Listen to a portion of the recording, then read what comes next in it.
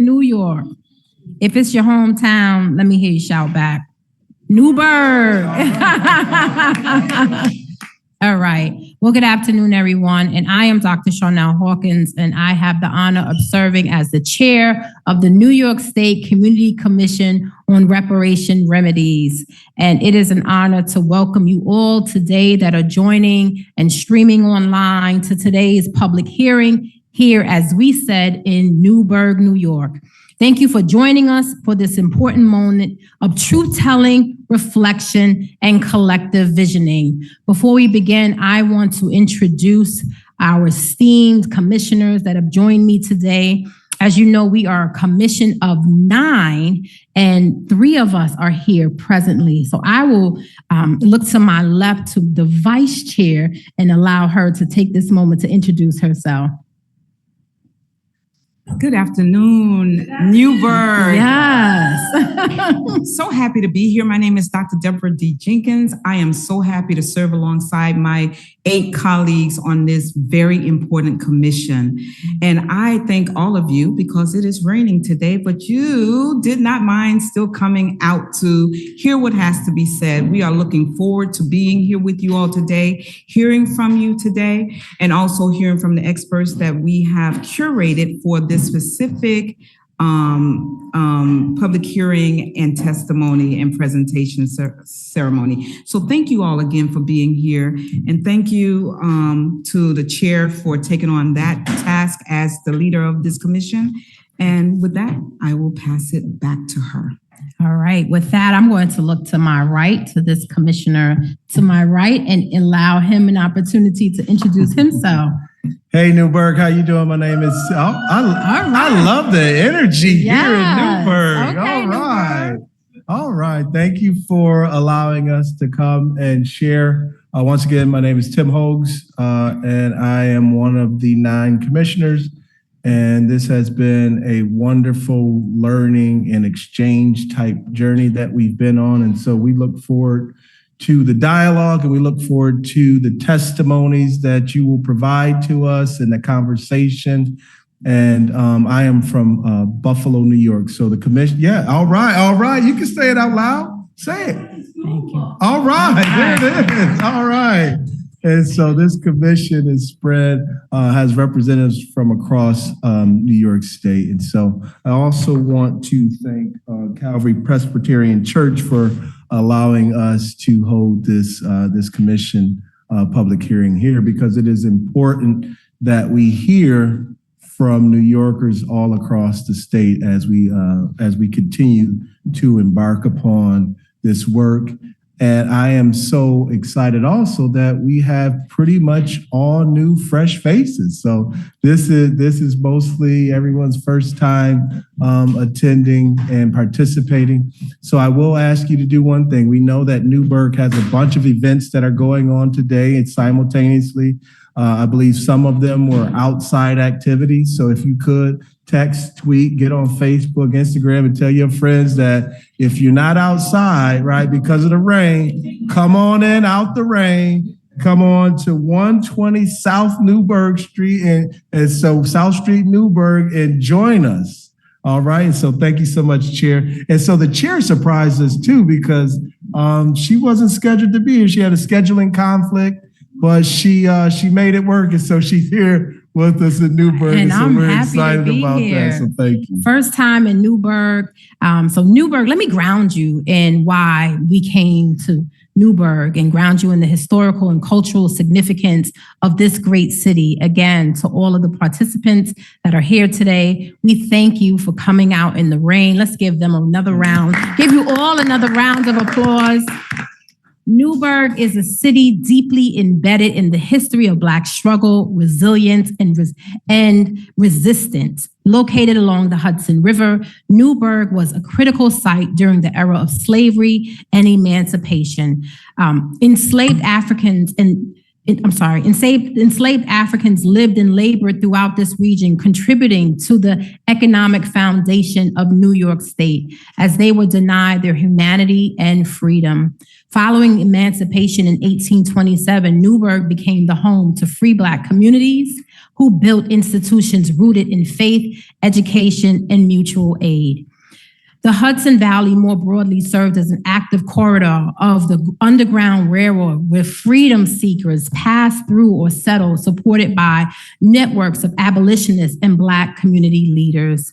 Newburgh is also the home to generations of Black families who have contributed to civic life, culture, economic development, despite enduring systems of inequities, including redlining, urban renewal, disinvestment, and displacement.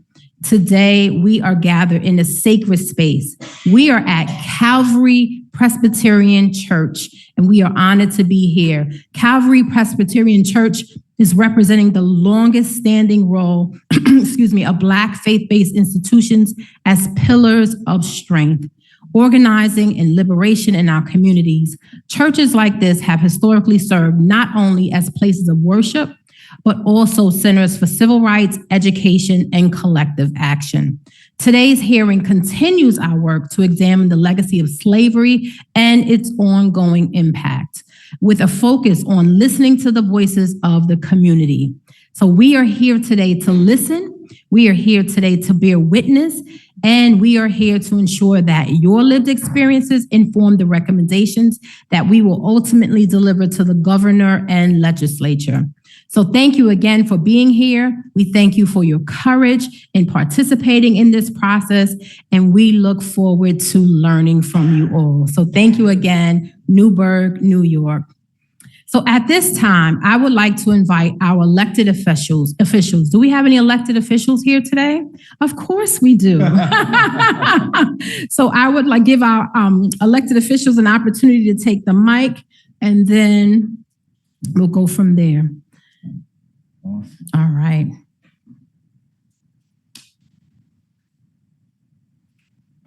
Good afternoon. Greetings. My name is Lisa Maria Nero, and I proudly serve as the Greenburgh Town Clerk. I am here today not only to present, but to support the commission with the work that they're doing. And again, just proud to be a part of this history-making time. And again, it's just wonderful to see all of you out there supporting the work of the commission. Thank you. Thank you. And we thank you for your support.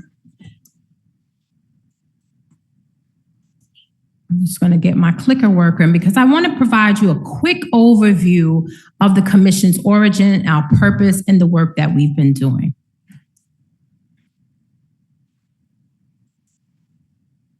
You can see this PowerPoint on the website. I want to make sure that you all have an opportunity to review, but many don't know that New York had an active role in slavery and the slave trade. And so here I'm going to quickly go through because we have a lot of presenters today, but there was an active slave trade in 1711 and right at the foot of Wall Street. And so we want folks to know that if this did not just happen in the North, New York had a very relevant and a role in enslaving individuals. And so we want to make sure that this is communicated. So our PowerPoint provides that opportunity to learn more about the work that we're doing. I'm sorry, this is clicking a little bit slower. Here's some work of the census to demonstrate the realities of slavery in the 18th century and also the pervasiveness of slavery in New York State. Again, you can go to our website to learn more about this. Our website is ny.gov/reparations, and you can click on and see this PowerPoint here. So I apologize for not doing it justice, but I certainly want to make sure we have room for the presentations. Here's a depiction of Emancipation Day, what those that are seeking freedom envision, and this is the work of Thomas Nass, and this was published in Harper's Weekly.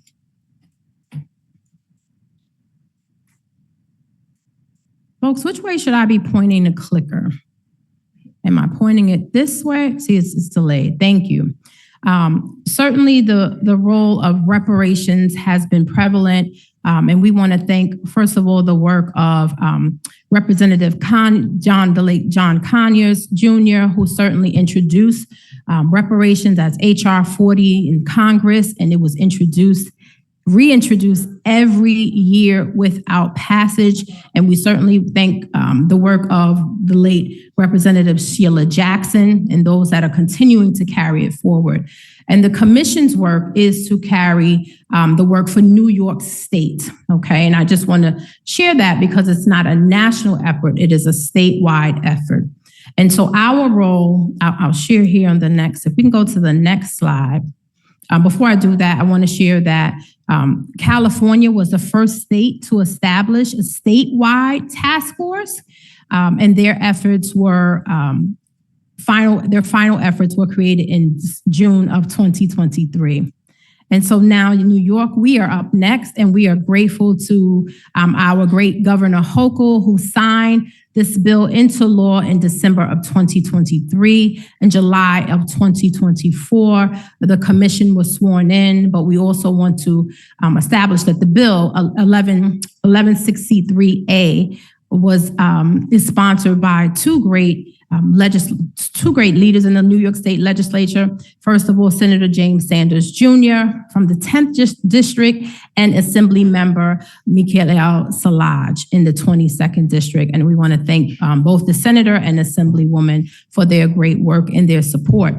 This bill established the commission, and we have several roles. Our role is we are tasked with examining the legacy of slavery, subsequent discrimination against individuals of African descent, and the impact of slavery present day. We are tasked with also comprising a report of recommendations for actions that will remedy the present day harms that we are experiencing today. The final report is to be submitted to the governor and the temporary president of the Senate, the Speaker of the Assembly, and the minority leaders of the Senate and Assembly. So we're looking forward to that process. So this is the work that we're doing alongside of you. Part of that work has been we are developing a research-based report of recommendations. And part of that work is hearing from the community. In our name, we are the Community Commission. And so we look forward to the public portion of today to learn from you about your experiences in Newburgh, New York. With that said, for those that are joining us, welcome. And if you want to have a deeper delve into this PowerPoint, if we can go to the next slide, you can go to our website at ny.gov/reparations, and you can also read the full bill here, 1163A, on our website as well.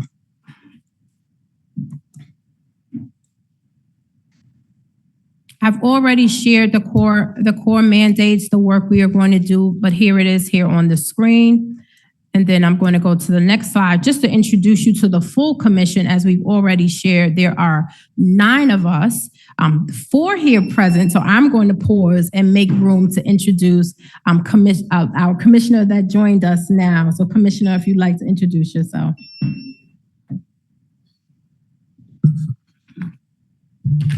Good afternoon, Newburgh. I'm sorry I'm so sorry I'm late. It was so right. I'm trying to be. And it's so wonderful to be here in the historic Hudson Valley. My sister lived in Poughkeepsie, so I'm familiar with Poughkeepsie, but not Newburgh. So I'm thrilled to be here, and it's really important for us to really share with you the work that we've been doing since July of 2024. Yes. So we've been on a journey, and we're going to take you on part of that journey. So thank you for having us.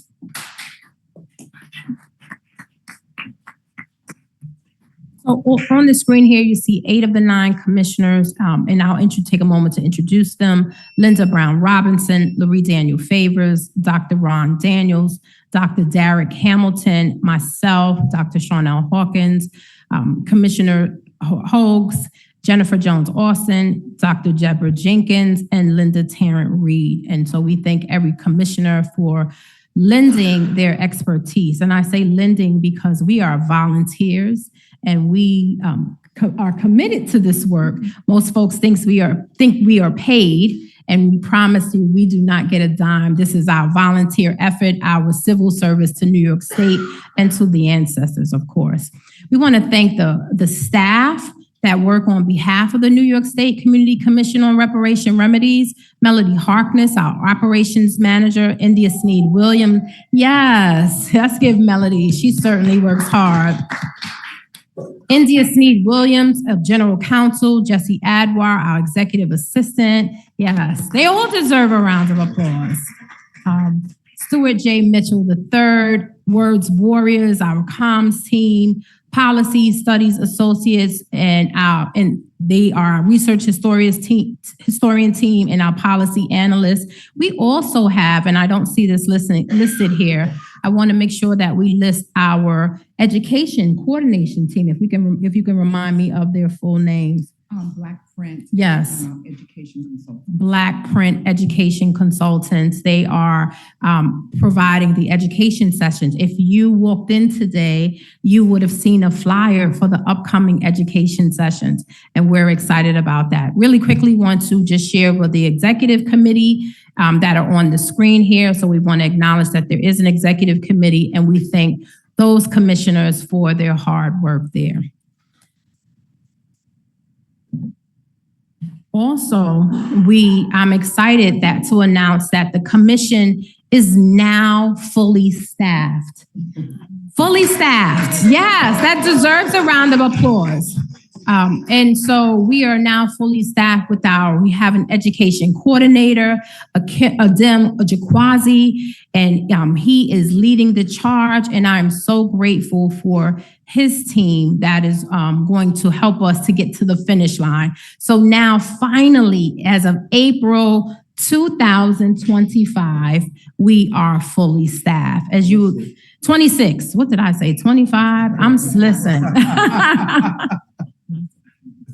And then I forgot, we also have an economics team. And so we are grateful for the economics team. So as of April 2026, we are fully staffed. It took us 2 years to get here. It took us 2 years. I see our policy analyst team here. Good afternoon. It took us 2 years to get to a place of being fully staffed. And now it's time for us to do the deep work, the research work, which will certainly take us time to do.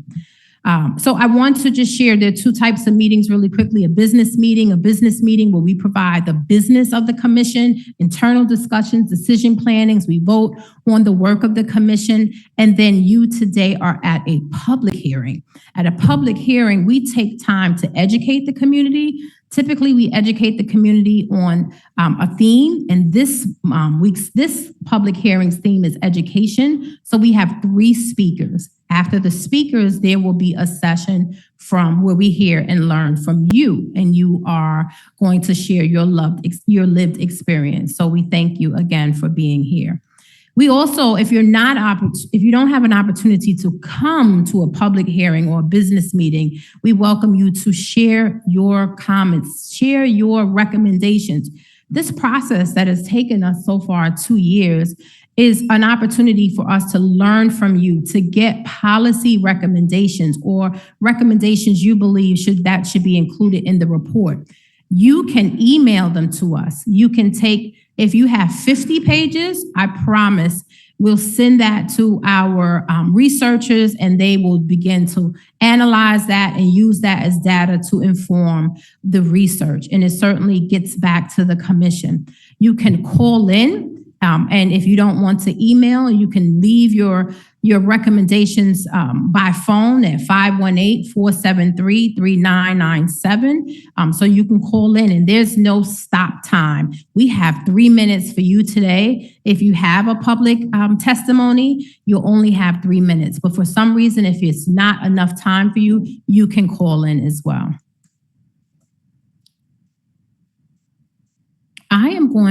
So I've already talked about the ways you can get involved. I'm going to get ready to just prepare for our speakers. We have a long agenda ahead, and I want to move to our speakers if we're all okay with that.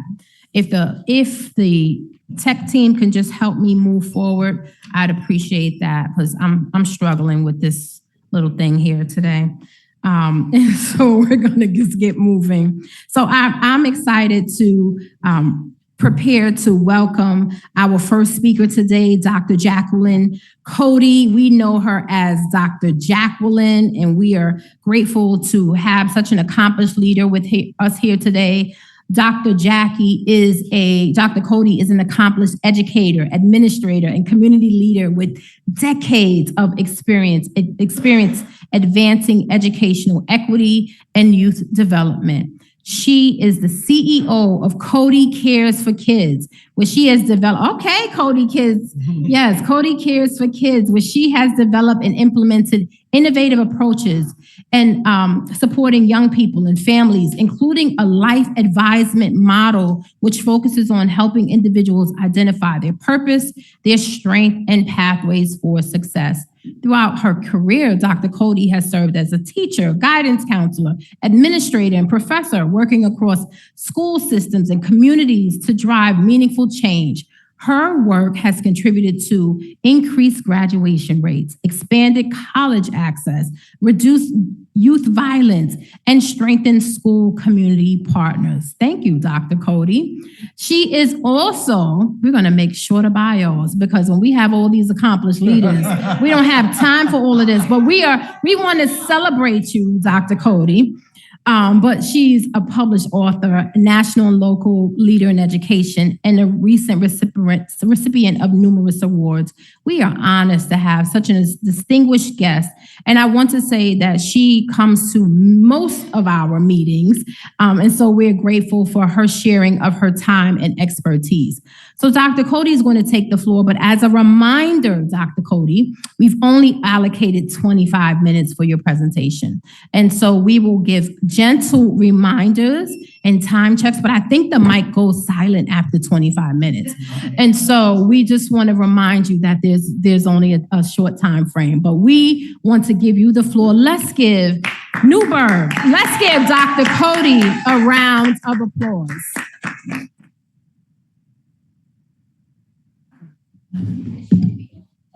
Is it on? Oh, yay. Hi, everyone. Thank you so much. I was like, how did they find all that out? Forgot I sent my bio. Thank you so much, commissioners. And as Dr. Jenkins said to me earlier, I want to give it right back to each of you. I appreciate each of you, because I know it's not easy, but keep doing what you do. So now you can start the clock after that. My presentation, is it up yet? But while we wait on the presentation, I'll give my opening message. In our core, Black people are the most harmless, creative, and majestic people on earth. This is our ethos, this is our essence. And the true measure of any society can be found in how it treats its most vulnerable members, and that is our children. This is a quote from Mahatma Gandhi. The education system here in the United States is mediocre at best, and closing any gap does an injustice to everyone. There's a book called Young, Gifted, and Black, and the authors are Teresa Perry, Claude Steele, Asa Hilliard, who also authored The Reawakening of the African Mind. A quote from the book says, "If we are to be concerned that more than 98% of Black American students score below 700 on the SAT test, should we not also be concerned that more than 94% of white American students do too? We must be excellent. We must all rise together in excellence and not just close the gap. From being denied to read to the de facto desegregation and discrimination," waiting for the presentation, "within the education system as a whole, public, charter, private, all of it, denies equitable opportunities for Black students to reach their respective full potentials and thrive. From Messina to Montauk." Hello, we usually say Buffalo to Brooklyn, right? I went from Messina to Montauk. "Due to the continued miseducation and the legacy of slavery, Trillions of dollars in economic value are lost annually because of compounding lost wages, lack of intergenerational wealth transfer, and systemic discrimination. Estimates suggest the compounded value of unpaid slave labor and subsequent economic exclusion of African Americans equates to a wealth gap of $14 to $70 trillion annually, which continues to hinder economic growth and equity today.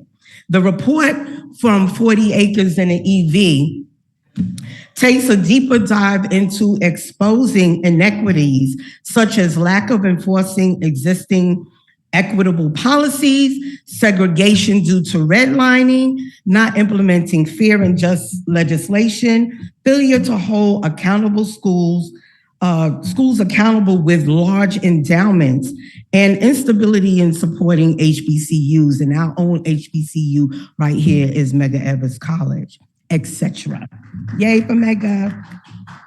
The report also shows that civic and human rights instilled in young minds, especially with respect and understanding of Black lives who founded civilization and built this country, the outcomes can be phenomenal for society when we all have equitable opportunities. So along with myself, you will hear from some authors. Unfortunately, there was a lot going on, and the young lady, she is 13 and a rising freshman in LaGuardia. She got accepted. She's one of our authors in the 40 Acres and an EV report. She was supposed to be here, but they had a family emergency. Also, a young man named JJ Briscoe. He is a college student activist at NYU. He sent his message, so I'll be reading that. And then another colleague, and these are all authors within the report, Yolanda Smith. She happens to be a friend of mine. She used to work for the Independent Budget Office, and I call her the budget guru. And she sent her message, and she talks about how we can really, the harms, the labor harms, quantify the labor harms. So that's interesting and juicy. I still don't have my presentation. It's coming. All right. So now, while we still wait on that, I will play, they had an urgent matter, so I will play Suleika's video. You'll hear her own voice. Should not be facing systematic disadvantages due to slavery in 2026. When I do something wrong, I apologize for my actions and do everything that I can to make it right. So shouldn't we all be receiving compensation for those systematic disadvantages?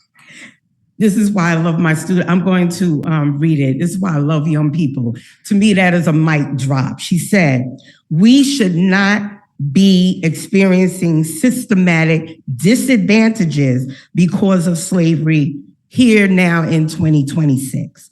When I do something wrong, I apologize and do everything I can to make it right. Out of the mouths of babes. Okay? Holla. Now,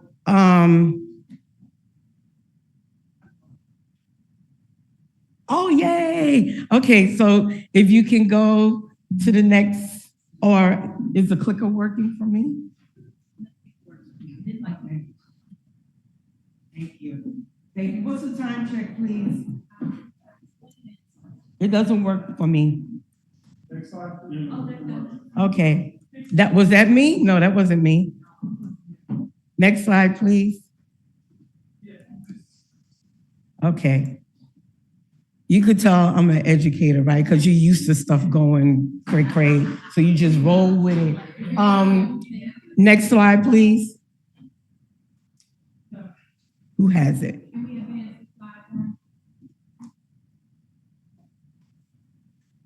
No. I might just stop.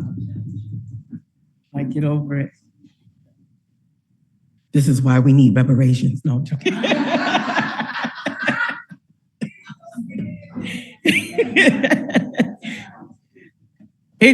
Can you all go to the next slide for me? Or I think it's the next 2 slides. Oh. Okay, so let me read until it comes back up to you, JJ Briscoe. He's a college student. Good morning, and when the slide comes back up, if you could go to the page that says JJ Briscoe, please. Good morning, and thank you for the opportunity to submit these remarks.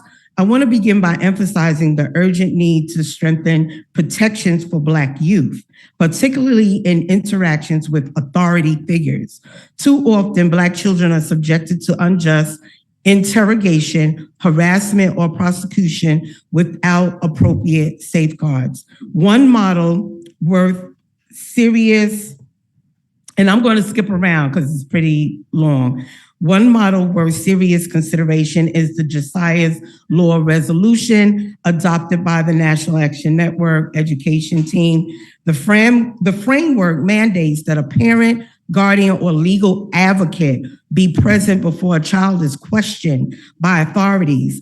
Policies like this are not only about legal protection, they are about dignity, safety, and ensuring that children are not navigating high-stakes encounters alone. I want to pause here and emphasize that when the Central Park 5, when they were approached, they had no parents, no advocate, no legal, the cops just did whatever they wanted to do. So we want to begin to, because reparations takes many forms. It's not just a cash out payment. So I just wanted to highlight what this young man is saying. Turning to education, access to higher education remains one of the most significant determinants of economic mobility, yet for Black students, the cost of college continues to be a major barrier. Programs like the New York State Excelsior Scholarship represents meaningful progress by offering tuition-free education at public institutions. However, strict eligibility requirements limit who can actually benefit. To close this gap, we must expand scholarship and grant programs that are both accessible and comprehensive, covering not just tuition, but also books, housing, and transportation. Equally important is simplifying application processes and increasing awareness so students can fully access the opportunities. So he lists the colleges. We must also confront the historical reality that many elite institutions such as Columbia University, Cornell, NYU, University of Rochester, and Syracuse University hold endowments built in part on the exploitation of enslaved Africans.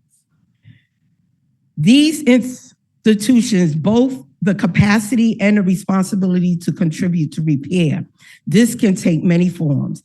And I'll go over the recommendations all at one time.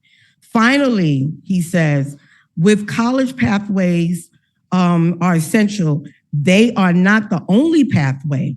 We must equally prioritize vocational and career preparation programs that provide direct, high-quality routes into stable and well-paying careers, expanding access to apprentices, technical training, and workforce development ensures that all students, regardless of pathway, have a viable and dignified future. In closing, advancing equity requires a comprehensive approach, protecting our youth, expanding access to education, addressing historical inequities, and investing in multiple pathways to success. Thank you again for this consideration. Don't you love our students? Give them a hand. Yay. Yay. Next slide, please. Okay, great. So now Yolanda, she took a potential methodological approach to quantify educational harm due to the impacts of the transatlantic slave trade in America. It focused on missed earnings potentials because former enslaved and their descendants have not only been denied education, equal educational access, as well as equitable education. One can infer that earnings potential is negatively impacted over the long term. Accordingly, we attempted in the study, We attempted to calculate a dollar figure to capture the amount of educational harm in terms of missed earnings potential. It is nearly impossible, however, to quantify centuries of educational harm that has occurred beginning with anti-literacy laws that were on the books in the 17 and 1800s and has continued through the Jim Crow era of segregation and into modern day campaign for physical equity. However, with this impossibility in mind, today when people earn educational credentials, the key concern is how those credentials convert into labor market opportunities that support a stable living and long-term wealth creation. To determine whether a dollar value can be assigned to educational harm, the methodology focused on one central question: how does educational attainment translate into lifetime annual earnings for Black individuals? The analysis considered several key criteria, including life expectancy for Black men and women, so that includes health, New York State occupational wage, projections by educational level, additional earnings associated with attending a high quality pre-kindergarten program, overall population counts. And these data points were combined to calculate an estimated annual per person compensation amount, which can then be converted into a monthly per person payment or aggregated to reflect a total lifetime estimate. So we gave y'all some fun information. What's the time check, please? Oh, great. So next slide, please. Under findings, we have prosperous society is when Black students are empowered. And in the report, it backs up all of these findings with proof and research, evidence, data, facts. Stakeholders, the village, must be engaged. We are all accountable, meaning that we must be at the table. PTAs must be functioning. It's a state law. Yet, there's a lot of school leadership teams and PTAs not functioning the way it needs to, especially in our communities. That must change. There are laws that can help change that. Bills that we need to pass into law. Economic mobility is directly linked to access to higher education, college, professional programs, entrepreneur ventures, plumber, electricians, mechanics. I can't fix my own car. I barely want to put gas in it. So, and hairdressers, you know how much money hairdressers make? Ooh, child. Okay, tuition-free opportunities can provide avenues towards wealth and financial security. Student loan forgiveness helps current students can buy property when not saddled with these loans. Entrepreneurial skills, including financial literacy, builds generational wealth and foster economic independence, which can lead to long-term economic success. School inequities ranging from excessive and unnecessary punitive action to unjust ways Black educators are treated culminates in over 14 trillion in losses annually. Next slide, going to recommendations. This is my favorite part, recommendations, yay. Financial literacy, again. Wait, right here, case in point. The educational attainment is a key predictor of economic success. Case in point, the United States Bureau of Labor says that having a college degree translates to 68% more income than those with only a high school diploma, right there. Next slide, please. So our recommendations begin with financial literacy, tuition-free access, debt relief, high-quality teachers. Next slide, please. Parent and community empowerment, equity-centered strategic planning, civic education, and direct compensation. I need everybody to listen to me very closely. Reparations comes in so many different forms. It does. And when we're given the opportunity, because it's not an immediate direct payout, we miss it.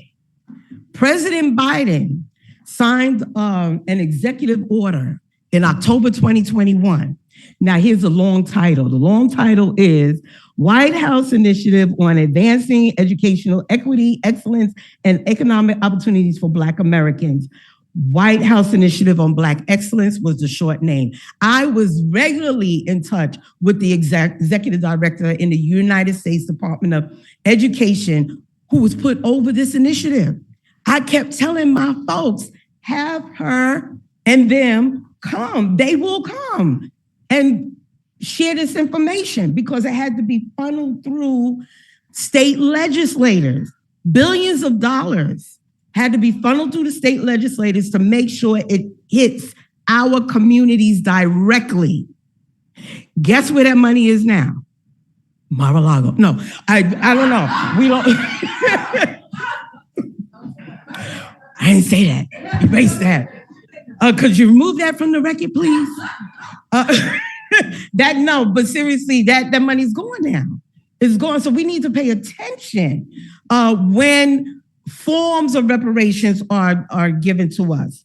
So let's build a legacy now. Next slide, please. That will inspire healing, repair, growth, excellence, and prosperity for countless generations. Let's build the first youth depot in the United States. When we talk about closing the gap, it should not be thought of as between Black and white students. It should be thought of as the gap between the current performance of Black students and levels of excellence. This is what building the youth depot would be. It doesn't exist. A lot of nonprofits like mine, we don't have it in our budget to advertise, yet the government spends billions of dollars on nonprofits. And our children have everything that they need to be successful, but it's not accessible. So the youth depot is really a no-brainer.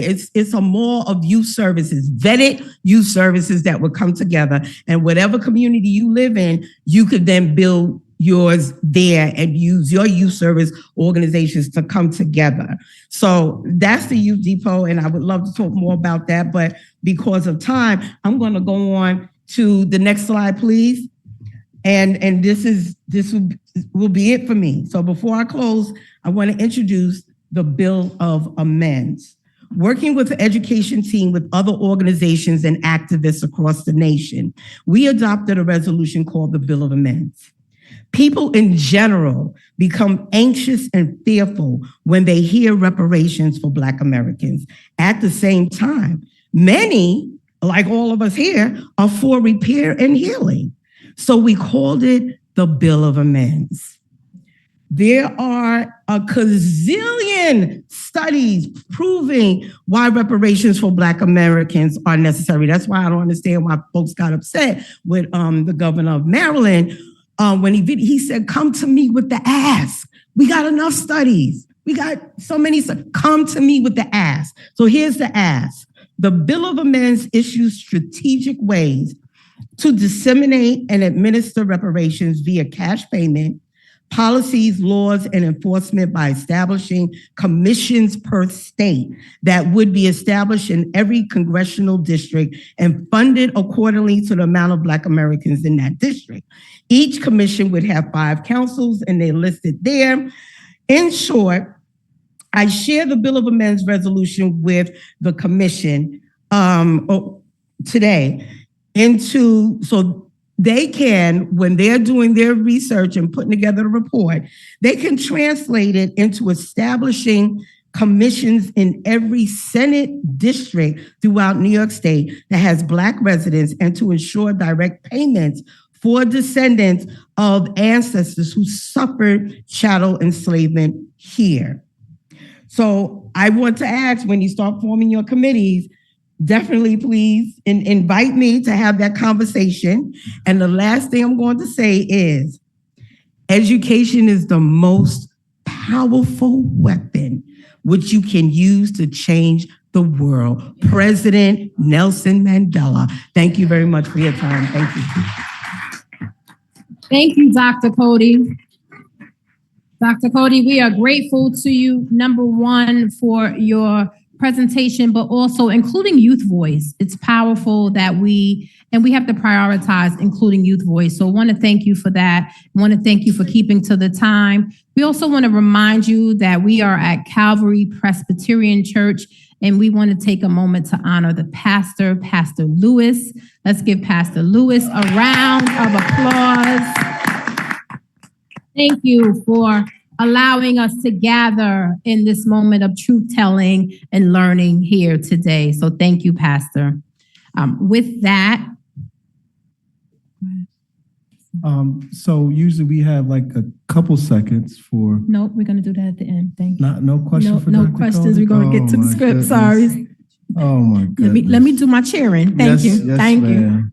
Well, Let the thank, so I can't ask a question, so I will say, thank you, Dr. Cody, for that magnificent presentation.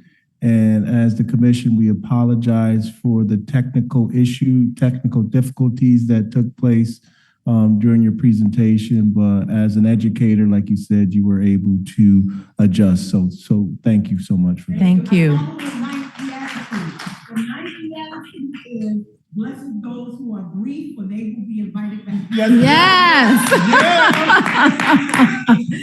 Thank you, Dr. Cody. We are grateful to you. The next up, we will have a Q&A at the end of the presentations. We have 3 presentations, so we thank you.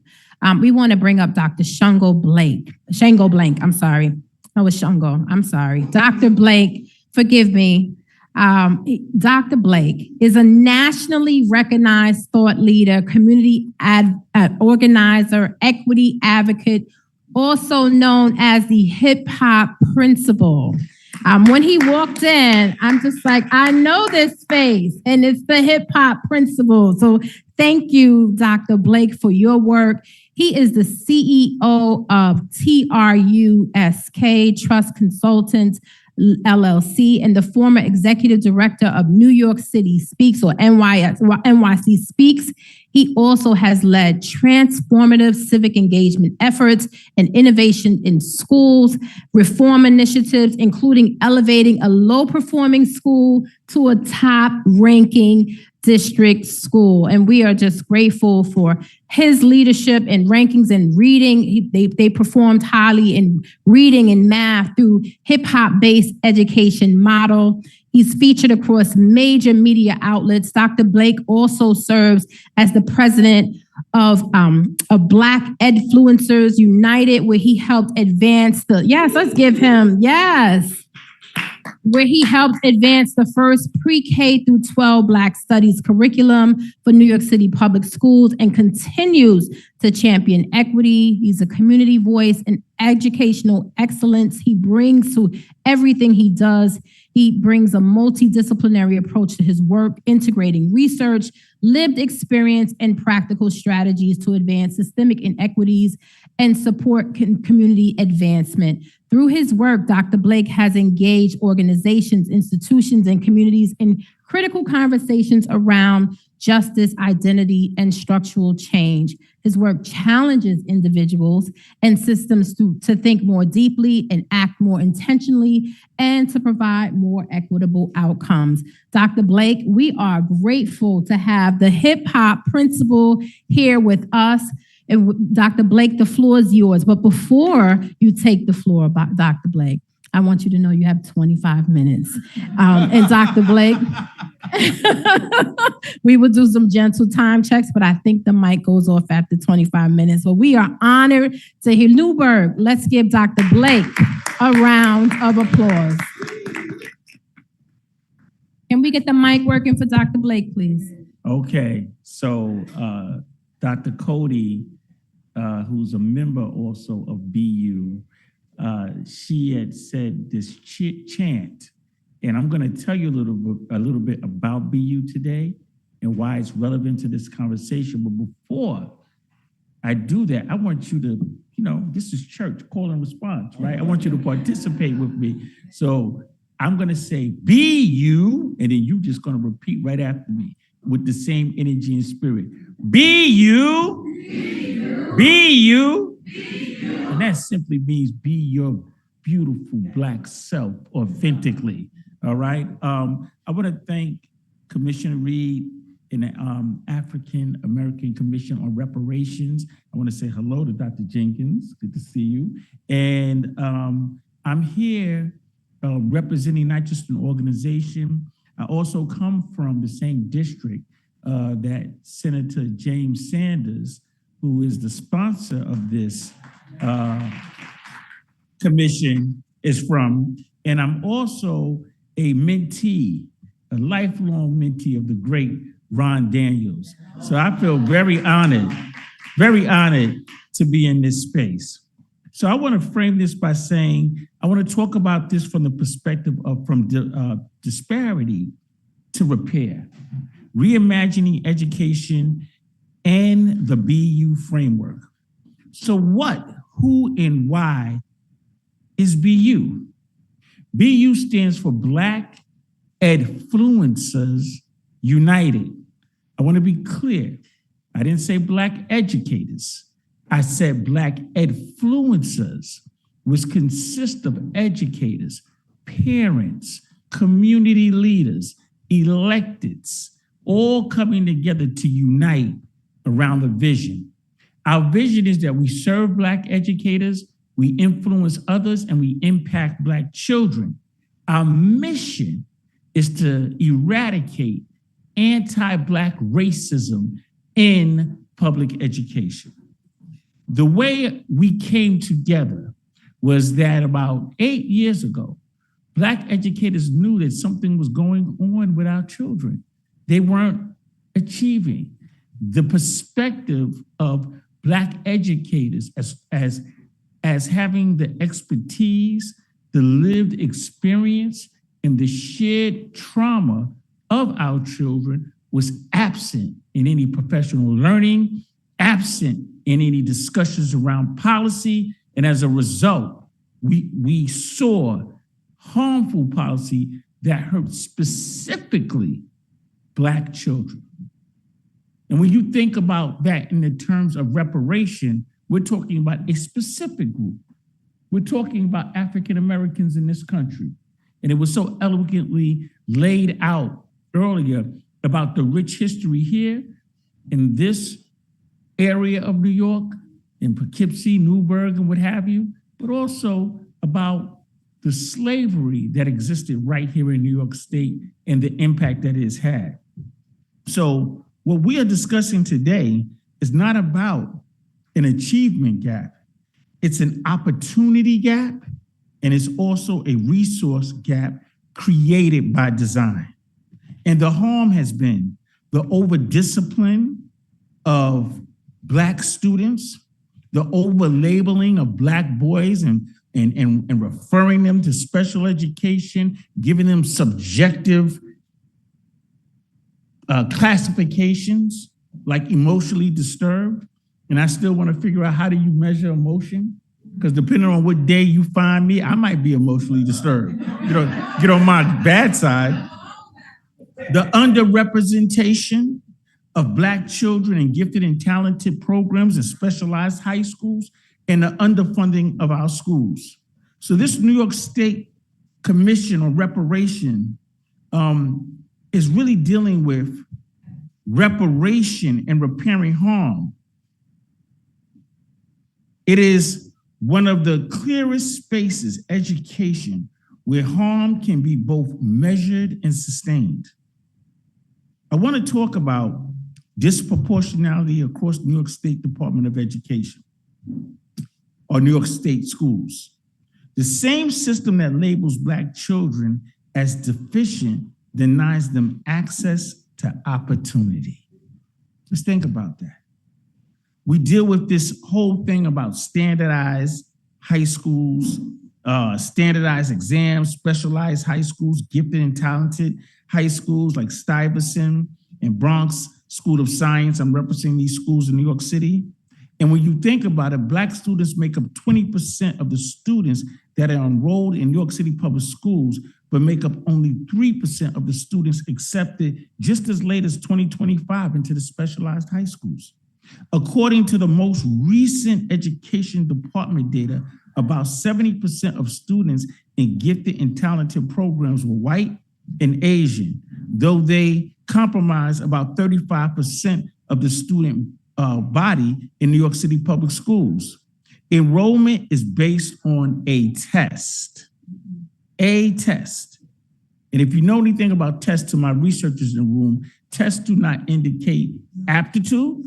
Tests do not indicate the projections of your future success, but a test is determining who gets into these schools and who doesn't. These disparities are not random. They are predictable outcomes of systems that were never designed for equity. The first form of racism or institutional racism in America was slavery, where in many states it was referenced before, punishable up to even death to teach a Black person how to read. Black people were brought here weren't brought here to participate in the American dream. We were brought here as chattel slaves. We were commerce. We were not brought here to participate in the economy. We were the economy. Truly educating us was not the plan. That mindset now manifests itself in the educational policies that are creating and permeating a permanent underclass. Brown versus Board of Education was about schools being separate and unequal. Well, we addressed the separate part through integration. What we didn't address was the issue of equal funding, equal resources, equal support. So like when I went to school, I remember going to a school in Queens that I got bussed into from Jamaica, Queens. And it was a integrated environment. But all the Black children in the school were tracked in lower classes, while the students that weren't Black were given the higher, more challenging classes rooted in math and science. I remember that when I was going home, I would go to Jamaica, Queens, and that's where the latest fight was going on, right? All the kids would meet up, and that's how we were, proving who we were. That's how we were channeling our aggression. We were fighting on Jamaica Avenue, fighting on Hillside Avenue.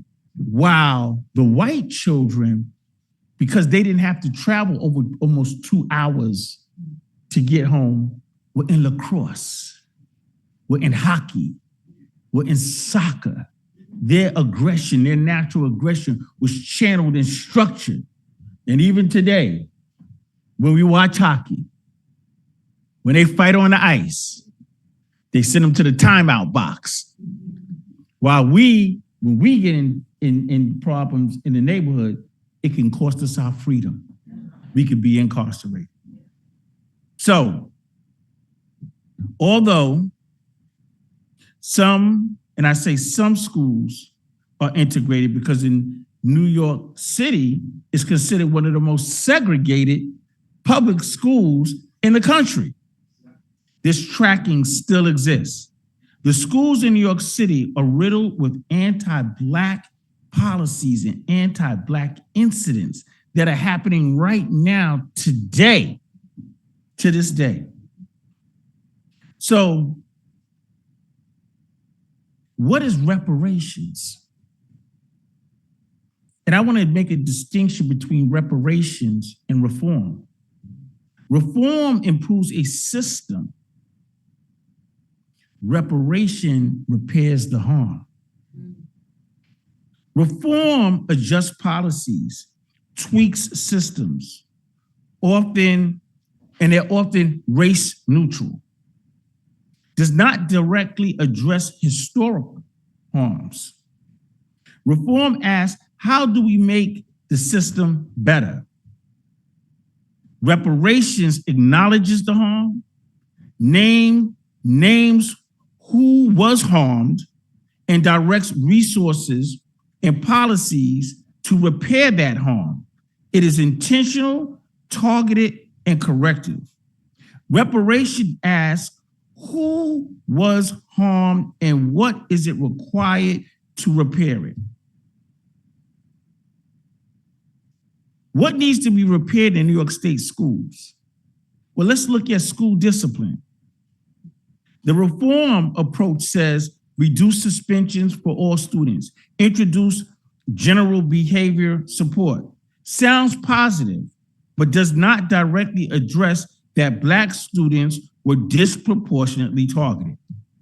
Reparations approach would say invest specifically in schools with high Black suspension rates. Mandate restorative justice in those schools. Provide additional counselors and support staffs in those schools. Track and correct racial disparities in discipline outcomes.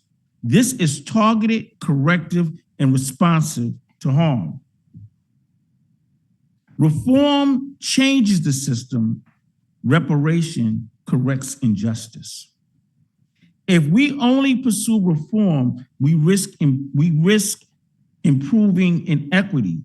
If we pursue reparations, we begin to repair it. So I want to talk to you about BU and Black Influences United. BU is not simply a reform agenda, it is a reparative framework. BU has 7 actionable item agendas as a reparation action, and I'll go quickly through them. One of our agenda items is every educator that is seeking certification, a potential educator, right? You have to get certified to teach in New York State. They should take an anti-Black bias training course as part of their certification process, whether in New York State or New York City. If you're gonna come in and teach Black children, shouldn't you know something about Black culture?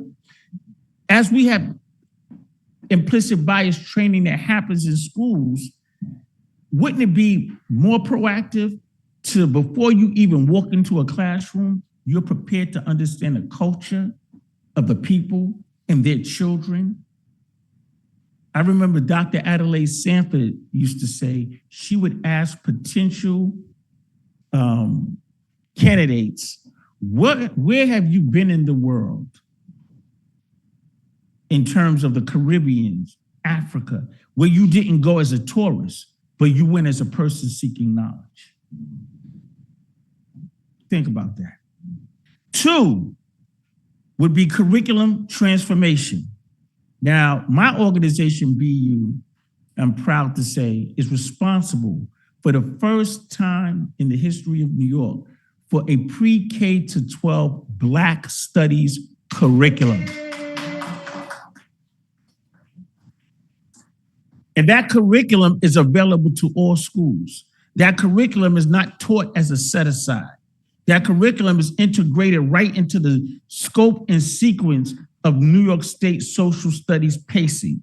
That curriculum has literacy blocks, math blocks, science blocks, and it is now available. It is being used, and we're now advocating for the further expansion of the implementation of that curriculum in New York City. And that QR code that's up there, that is the Black Studies curriculum. So if you want to download it, it's free to the entire public. It doesn't have to be taught just in New York City. And we're hoping that that curriculum is something that gets adopted by the entire New York State. You do know that they're pushing an AAPI curriculum in New York State. Where's the Black Studies curriculum for New York State? So we want to reform assessments. We cannot judge our children's intelligence only based upon a test. There should be multiple forms of assessment that'll help us identify our students' academics, their aptitude, and their leadership capacity. Black educator pipeline. We need more representation of Black educators in New York State. Black and brown students make up a significant portion of New York State's K-12 public schools. Yet the percentage of white teachers in New York State is roughly 75 to 80%. This creates a large, persistent representation gap where teachers of color account for only about 20% of the workforce, Despite the high number of students of color, Black educators are being maligned, targeted, and removed from schools and districts throughout the state of New York. Y'all didn't hear what I just said. This is happening. From the district leadership level to the principal level to the teachers level, we're talking about reparations and we're still being harmed and injured in present day reality. What is the implications of this in terms of bias, racism, and its impact on student achievement? Black men make up 4% of teachers in New York State. 4%. And it's no wonder that Black boys are the highest on the suspension rate data. Overrepresentation of special education with these subjective labels. STEAM.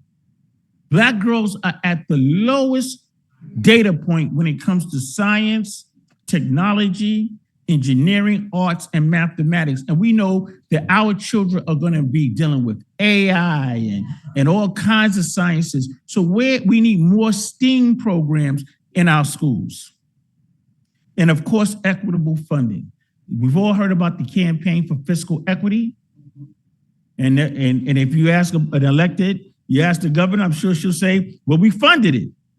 You funded an old formula. You got to update the formula to meet the new, what do they call it? What do you call that when things go up? Inflation. There's been an inflation. So you're funding the schools based on, you took forever to fund the schools. And when you finally did fund the schools, you funded it on an old model and you haven't taken into consideration the inflation. So we're back right where we started. So,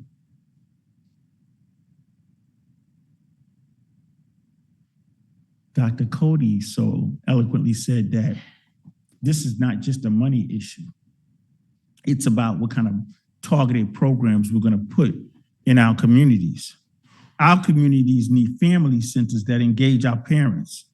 We need to expand community schools. More funding for my brother's sister's keeper. We should have Black studies, not just in the school, but after school learning centers that teach Black studies. Tell the story. I want to tell this story of why this is important. And I'm going to close on this note. How much time I got? Oh, I'm doing good. I'm about to stretch out. I can make 12 minutes work. So I can still do that. So I want to close on this story.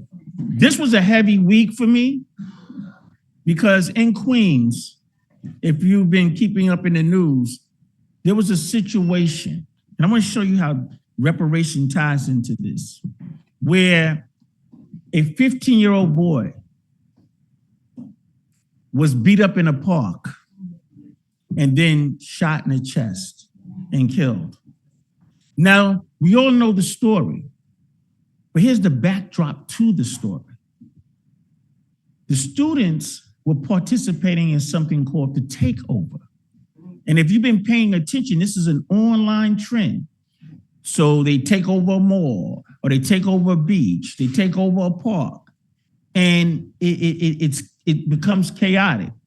This particular takeover actually had a positive connotation. It was supposed to be hot after school, and they were going to do a water gun fight.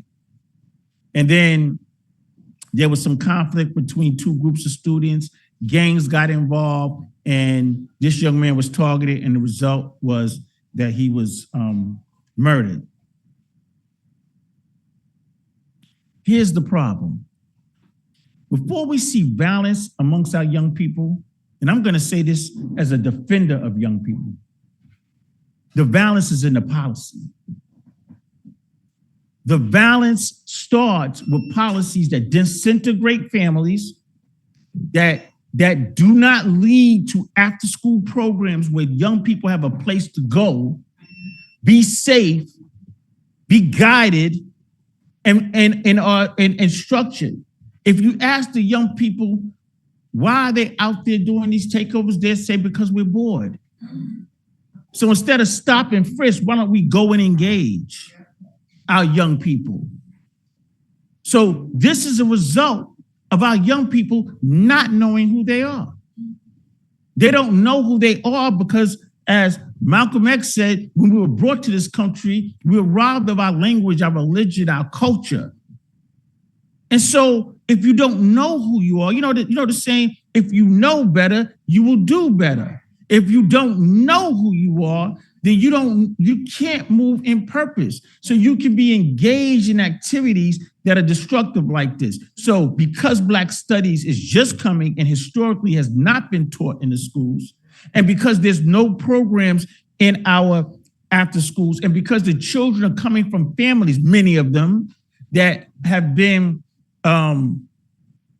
traumatized because of anti-family policies.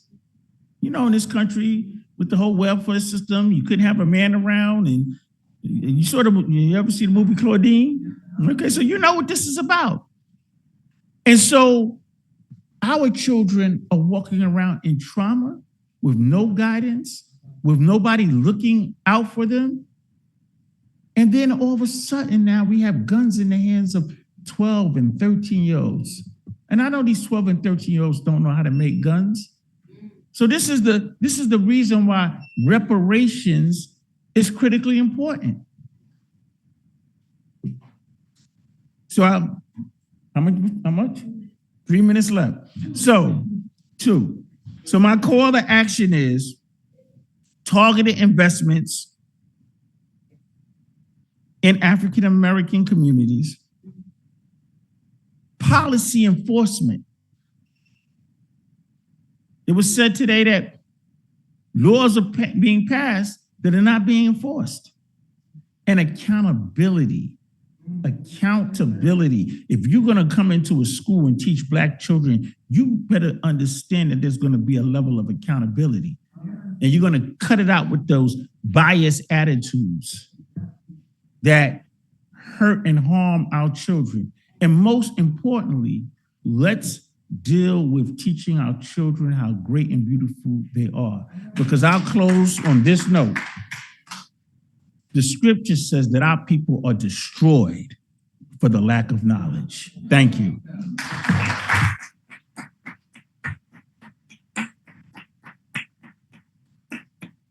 We thank you, Dr. Blake.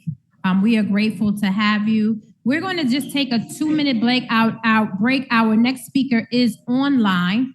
And so I just want to make sure that we are all set with our technology. And I want to make sure that we can properly introduce her. So 2-minute break. We'll be right back.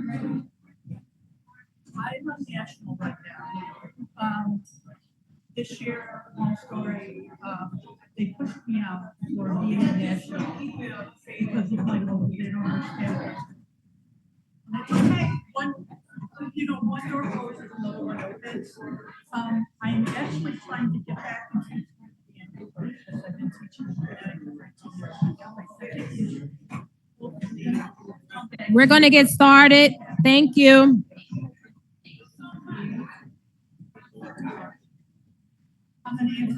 Thank you so much, everyone. We're going to get started. We are so grateful. Newburgh. Newburgh. We are happy to have a crowd in Newburgh. Can I get my mic working? All right, Newburgh, let's get started. We are going to resume the presentations, Newburgh.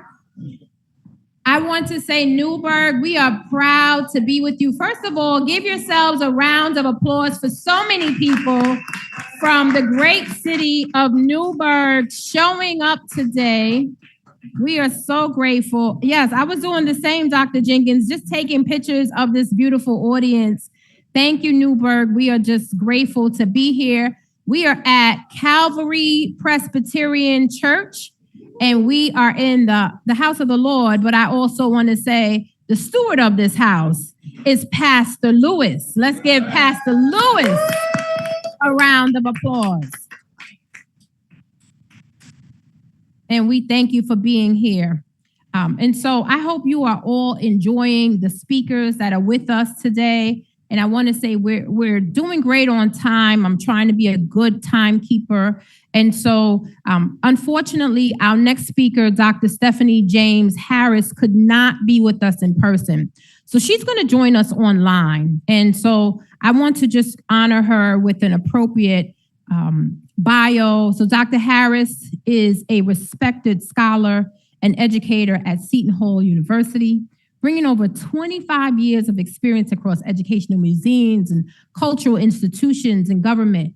She's a leader in advancing African-American historical scholarship and culturally relevant education. She has previously she's previously served as the executive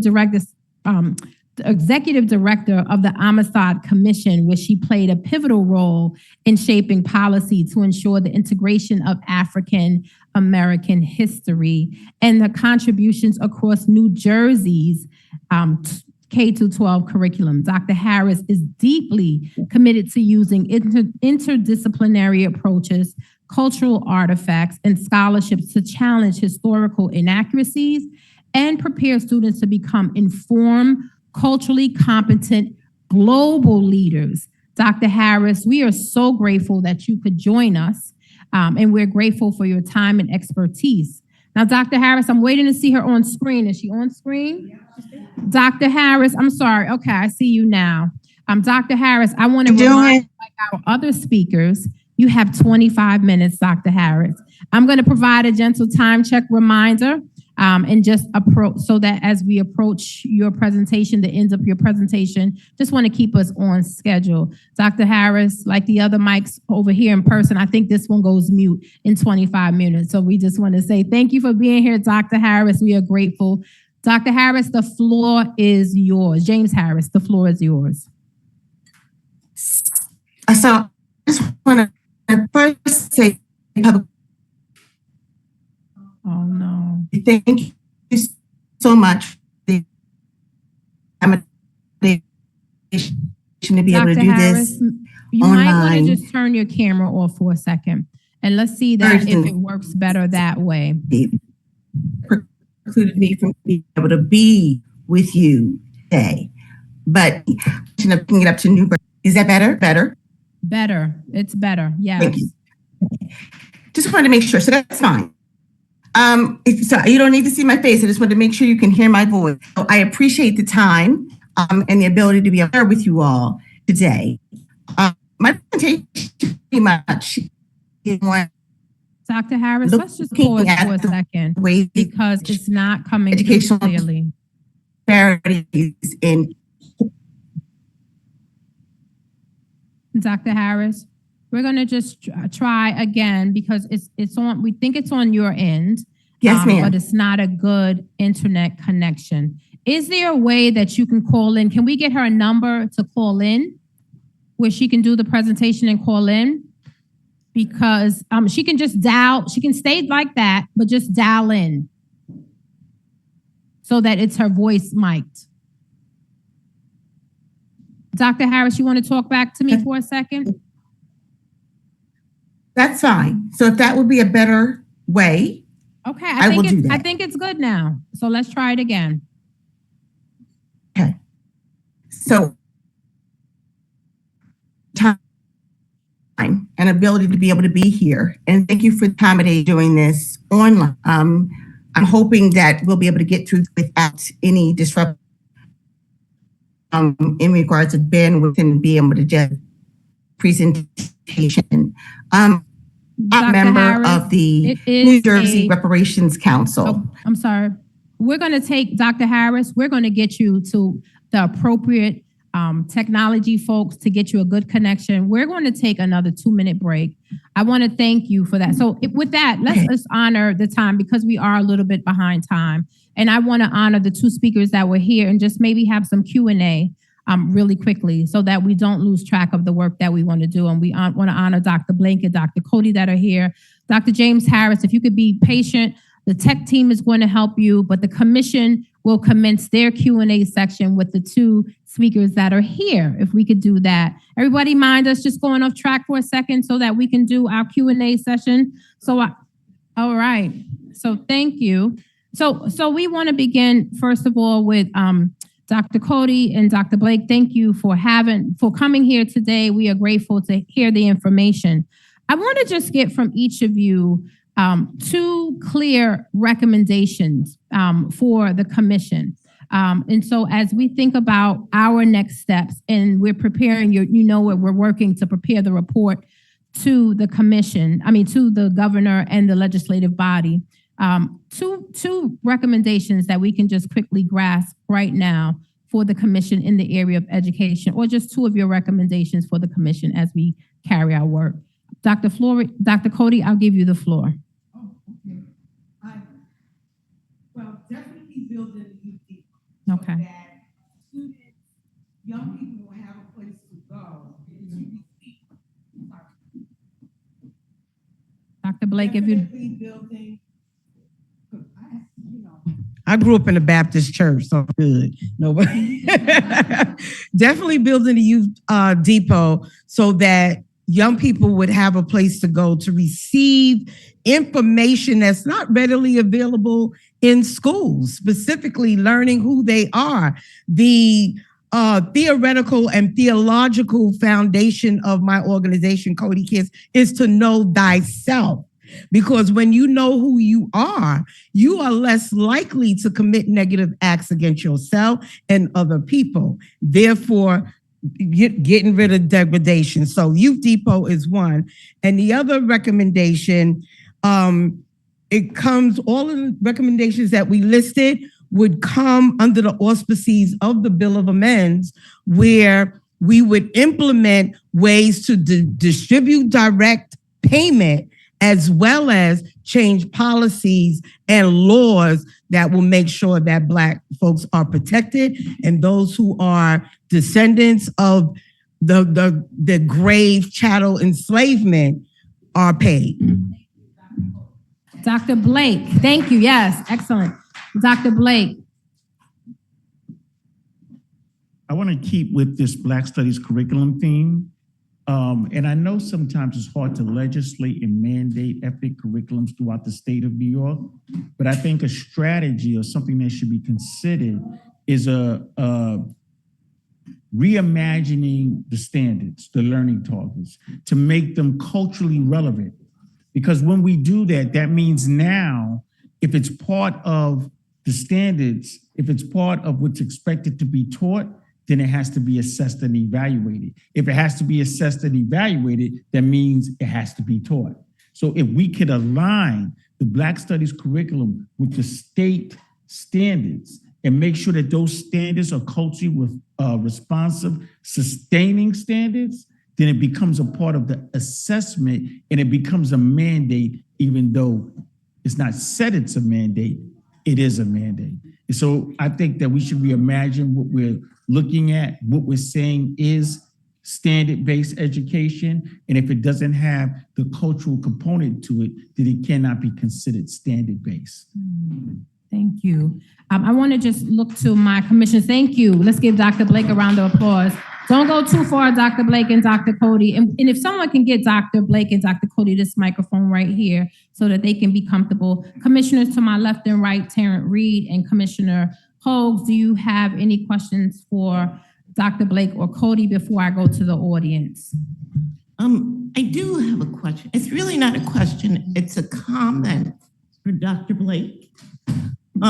Dr. Blake, New York State established the Amistad Commission in, I think, 2005. Yes. The Amistad Commission of New Jersey, which Dr. Stephanie is going to talk about, was established first. Nothing much has been done with the Amistad Commission of New York State. The mandate was to include African American studies curriculum in all schools throughout New York State. That has not been done, even based on what you're saying, and also based on the experience that all of us have had. How do we get that activated? I mean, considering there's a law already on the books, and the Reparations Commission is charged with creating this list of recommendations and policies. One of the things that I've noticed is the recommendations and the harms that we continue to talk about. Policies and laws already exist. So to me, from my perspective, not to reinvent the wheel, we need to figure out how to activate the laws like the Amistad Commission and what their mission is, through this Reparations Commission. Yes. So I think that, and I remember when that commission was created and those laws were implemented. I think that I remember a conversation I had with Dr. Lester Young, right? Dr. Lester Young, when we were first saying that we wanted Black Studies curriculum, we initially was saying through the state. And he said, there's so many nuances with the state, competing communities. You have resistance depending on what part of the state or what districts don't want to participate in this type of, they feel threatened or scared with the term Black Studies curriculum. And he said, but you can get it done in New York overnight. And so that prompted a thought. We get the Black Studies curriculum in New York City, which we have. It is the largest school district in the country. Now we have a model that we can circle back to the state with. It's being implemented. Here's how it's going. Here's some of the feedback that we have in terms of its implementation in diverse school settings with children from different ethnic backgrounds and teachers from different ethnic backgrounds teaching the curriculum. And we could use that to show and address the one thing that's really preventing it from happening on a state level, and it's mindset. It's mindset. So there has to be a mindset readiness training component to the Black Studies curriculum, which we have. And then what we did when we were implementing the curriculum in New York City, we went to the barbershops, we went to the beauty salons, we went to the parent meetings, went to the CEC meetings. Dr. Cody, am I right? We went everywhere. Why? Because we wanted to build public will for the curriculum. Do you know the way in which the Black Studies curriculum or Black history has been rolled back in states like Florida and Texas, and a rewriting and a revision of history? It started with public will. It started with parents standing up and saying, this is harming our children. Our children are coming home feeling less than. And that's a false narrative. We have to show how this empowers all children. And it absolutely does. I've seen it with my own eyes. We have to tell the story that when our children have the ability to tell their story, it gives other children from other racial and ethnic backgrounds also the permission to tell their story. So that's how we do it. It's going to take a grassroots effort and mobilization and activism and advocacy. But the good thing is we already have a model to show. And if the commission would like to see, and I can send you, like, we've documented it, we've done documentaries on this, we've interviewed teachers, We've talked to students. If you would like to see any of that Yes. as an example, we're happy to share it. And it's not just as an example. This should be a model that's incorporated in our final report. Because what we're trying to do is bring this to the attention of the governor and the state. And I know that the commission, Amistad Commission exists, but there's no harm in really pushing forward this model so that it can, dovetail on what the commission is supposed to do, the Amistad Commission. Thank you. Commissioners, any more questions for Dr. Cody or Dr. Blake before we open it up to the floor for questions? I just wanted, I want to thank you both for those awesome presentations. Dr. Cody, I wanted to give a special shout out to JJ Briscoe and his thoughtful presentation that included vocational and career paths for our students, because even though he's at the esteemed NYU, he understands that every Black child will not make it there, nor should they, because they may have other courses to pursue. How do we parallelly speak about education attainment while talking about technical skills attainment? Because that is also a form of education. It's just in another bucket, right? So how do we keep that conversation at the forefront when we're talking about pre-K through 12 education? Thank you for that. One of the things, Dr. Reed, I want to just summarize and say, we don't have to reinvent the wheel. In other words, we have a lot of stuff going on. But thank you for that, Dr. Jenkins. I'm going to try to make this succinct because I could definitely go on about it, because I truly feel as an educator that our education system is, it really is, because education is supposed to teach young people who you are. What's your strengths? What are your skills? How do you learn? Everybody learns different. I think everybody should have an IEP, an individualized education plan, because we all learn differently. Some will have maybe a little thicker, and it'll take away that the stigma for ones that have current IEPs. So yes, K to 3, you do need the basics, learn how to read, write, multiply. You have to have the basics. But then after that, you must have the information educating who you are. And I cannot emphasize enough how important the Black Studies curriculum is, because Black folk are the parents of humanity. So when you understand Black Studies, you're understanding who you are as human beings, who we are. So I'm talking about gutting the system, but meanwhile, not to throw the baby out with the bathwater, the immediate addressing it immediately would come through in your report. And your report would be designed around lifting up Black students and having them to access ways of understanding who they are. Because once they understand who they are, then they can say, you know what? I want to go to med school because this is what I want to do. Or you know what? I want to learn how to fix cars because this is what I like to do. This is interesting. So once you know yourself, then you can know what directions you want to go, and you don't have to lean on other folks to put a round tube into a square hole, so to speak. But thank you. Thank you. That's the short version. No, thank you. Thank very you, much. Dr. Cody. We are grateful to you. Oh, sorry. Yeah. No, I'm so sorry. And this will be brief. Dr. Blake, thank you also.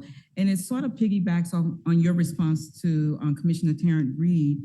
And you said mindset. That is what's separating the full implementation of a curriculum that focuses on us. In your opinion, as a professional and having worked with different school systems and governments throughout the state and beyond, do you think that to present our curriculum, the curriculum is ready to go, beyond the grassroots efforts that are necessary, I do agree. Do you think putting pressure on elected officials can move it forward? This is a huge election cycle that we are currently in. And I think about and I'm not really asking you to definitely speak about names, but I'm thinking about the current minority Senate leader, how he's been extremely instrumental in pushing for the Holocaust curriculum. Why can't we also hold his feet, all of their feet, to the fire in order to make sure and ensure that our curriculum is also implemented? As you just said, AAPI is next up, but it's hurtling over us. Yes. That's it. That's the question. We can, and we can. Yeah, absolutely. Yes. I think we should put pressure on everyone, right? Every elected official, every superintendent, chancellor, and y'all don't know about y'all don't know this about me. I'm a little troublemaker, right?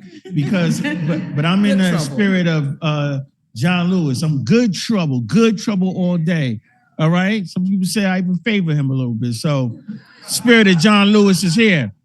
I think we put that pressure on everybody, right? And that's what the grassroots piece is about. Parents standing up in at board meetings, lobby day, during election cycles. And I got to tell you, there's several on the. Just to give you an example, we have been great in making the curriculum available to all schools, but New York City has historically ignored our agenda. And so, although it's available, the implementation was moving slow, right? And where other curriculums, it was moving fast. They were like, oh, like no fight. And we're saying, well, what about the Black Studies curriculum? You got this NYC Reads, you got this NYC Solves, you have, a curriculum that deals with anti-Semitism. You have curriculum that deals with Asian hate. You have curriculum that deals with LGBTQIA. And for some reason, and this is what I mean, mindset, when it comes to us, it's a problem. So you know what we did? We went to the state legislators. We went to New York City Council. And we said to them, this is a problem. And they began to put pressure on the various chancellors. And then it started moving.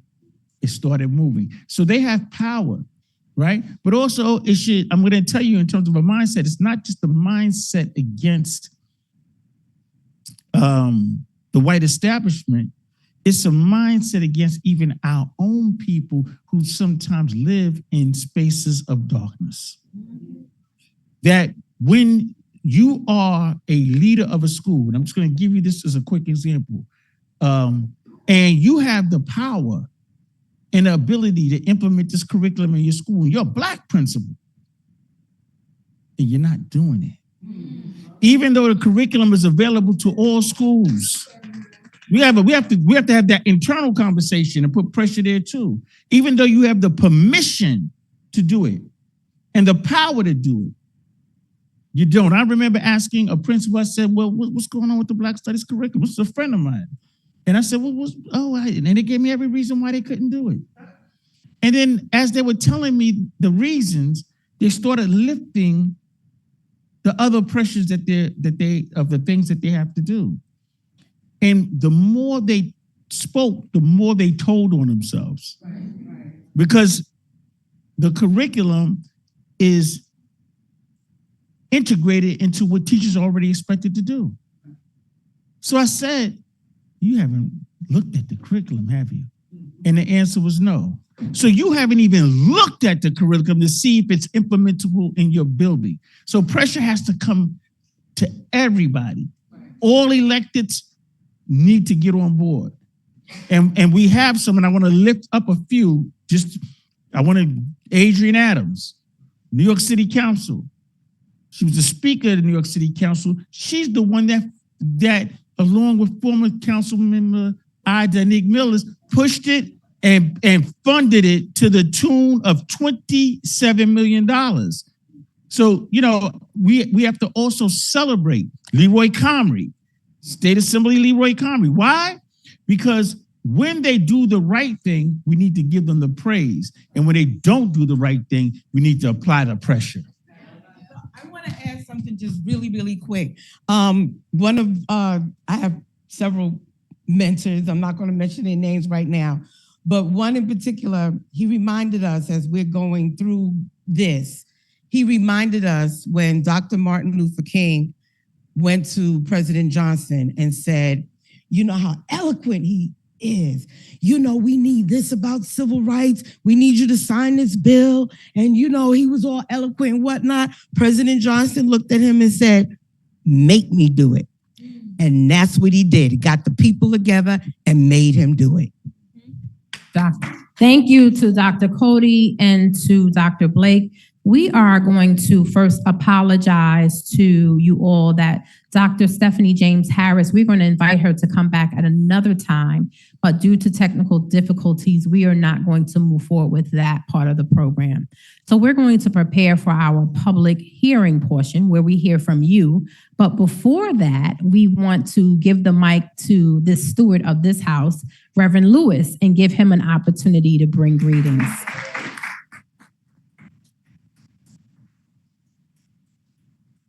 Good afternoon, good afternoon. Good afternoon. Good afternoon. We are very delighted to have you here at Calvary. All this talk about education, keep in mind that education for people of color, Black folk, started in the church. Let's say that again. Were it not for the church, there would not be education for Black folk. And I'm just pleased to have this space available for the Newburgh community and the Hudson Valley community. Why? Because without this conversation, we cannot disrupt the problem. Right. We need to have the space to have the conversation. I serve a mixed congregation, and I'm glad to do that because I often say, if everybody you worship with looks like you, you're serving the wrong gospel.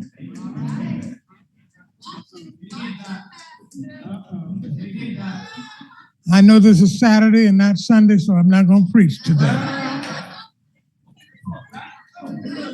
Amen. But it is Reverend, we got a minute for you. Go on. Go on, Reverend. I got a 2-minute warning. No, seriously, you know, I consider myself to be, you know, moderately educated. But when when your eyes are opened, let's say this again. When your eyes are open, you can't make them close again. And there is so much in the Hudson Valley, throughout the Hudson Valley, but throughout the United States and the world, where the absence of these kinds of conversations, in fact, there's an erasure of who we are, who I am as a Black pastor. So I'm grateful that we have the space here. I did my best to invite as many people as possible, and not everybody's ready to hear this conversation. But we do have to push through. Thank you for being here. Welcome to Newburgh.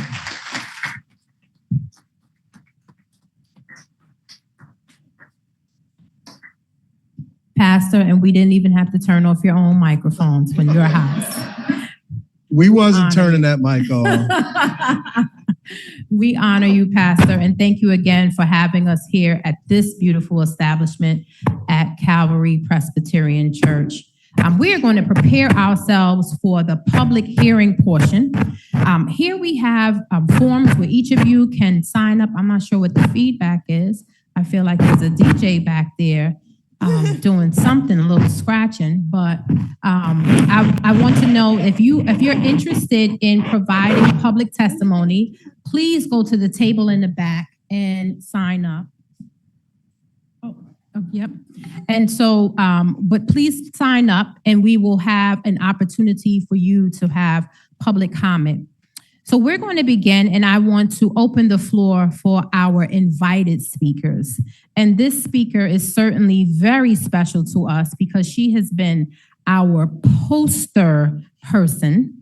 And yes, poster model and she has been to several of our public hearings. So I feel like she's been certainly a supporter of the work that we're doing. And we wanted to invite Lisa Marie Nero to the floor. And I just want to give her a brief introduction and so that she can share her perspective and her expertise. And we're so glad that you're with us. Lisa Maria Nero, and she's an MPA, is an accomplished elected official and healthcare executive, serving as the town clerk of Greenburgh after a decisive 2023 victory over a long-time incumbent. With more than 20 years as an executive vice president of workers' compensation medical facilities, she brings deep leadership experience across healthcare, education, labor, public service, alongside active involvement in numerous community and civic organizations. She holds degrees from Morgan State University and Long Island University. And I also want to say that she is a doctoral candidate at Long Island University. She is working on her EDD. Let's give her a round of applause just for that. And I'm excited to begin and introduce her. She is also going to begin teaching mediation and conflict resolution at Mercy University, which is exciting. Please join me in welcoming Lisa Maria Nero to the microphone. Now, I want to just remind you as you touch the microphone, you don't have 25 minutes like the other speakers. You have a brief time of 5 minutes and we'll hold you to that. Yes. So thank you very much. Absolutely. I had my marching orders, so I was aware. I was like, when she said 25 minutes, I was like, oh no. I was like, that was not the plan. Good afternoon. It is such a pleasure to be here. I want to thank the commission. I want to thank, of course, Commissioner Reed. I, of course, want to thank Commissioner Jenkins because they know I have been with them in this fight since the very beginning. So thank you for this allotted time. Very quickly, and I really won't be before you long, I am just summarizing the prior work on reparations in U.S. education with a focus on policy design, funding, and curriculum reforms. And of course, when we're talking about the commission, what the relevance is we're going to inform and we're going to talk about state and district decisions and decision-making on equity-orientated budgeting and project program design and assessment practices. But very quickly, my background is in education, but I've been educating our union population on their rights and benefits in workers' comp since 2006. May 1st makes 20 years. Fast forward to March 2020, when I found myself with a Zoom link and my 6-year-old looking at me, I'm looking at him, he's looking at me. And hence, I began my doctoral career, education.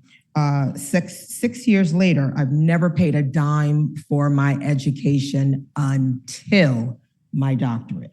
So I went through the Greenburgh school system, Central 7, public high school, Morgan State University, full scholarship. I have my bachelor's in public administration and political science.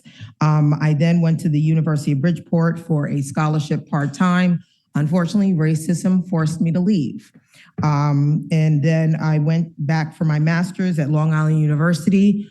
Again, fast forwarding my doctorate program. Take a guess how much I owe as I graduate next month on May 13th. I owe less on my mortgage. $250,000.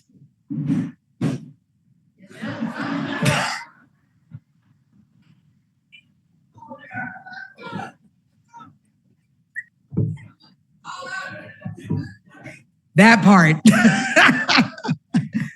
Anyway, when we're talking about systemic harms, I'm not sure people realize the extensive list of harms. Chattel slavery, Jim Crow, Black codes, white domestic terrorism. That's January 6th, y'all. Racial massacres, racial property seizures, medical experimentations on Black Americans, sharecropping, convict leasing, Homestead Act exclusions, GI Bill exclusions, and you will often hear our majority leader talk about how her father came home from Vietnam and was not afforded those that benefit.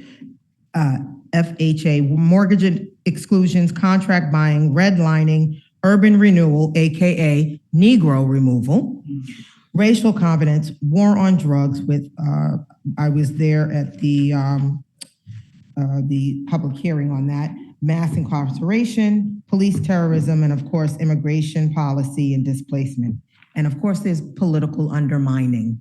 So when we talk about framing education, reparations is a remedy for enduring equities rooted in history of exclusion. The goal of educational reparations is the meaning of, as our esteemed colleague said, it is access to quality schooling, meaningful inclusion in curriculum, and not just symbolic gestures such as Juneteenth. Time check?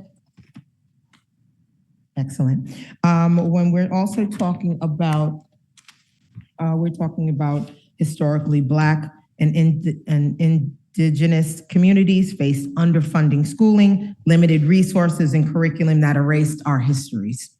Post-war and civil rights eras introduced efforts to address these inequities, but of course, persistent gaps continue to remain.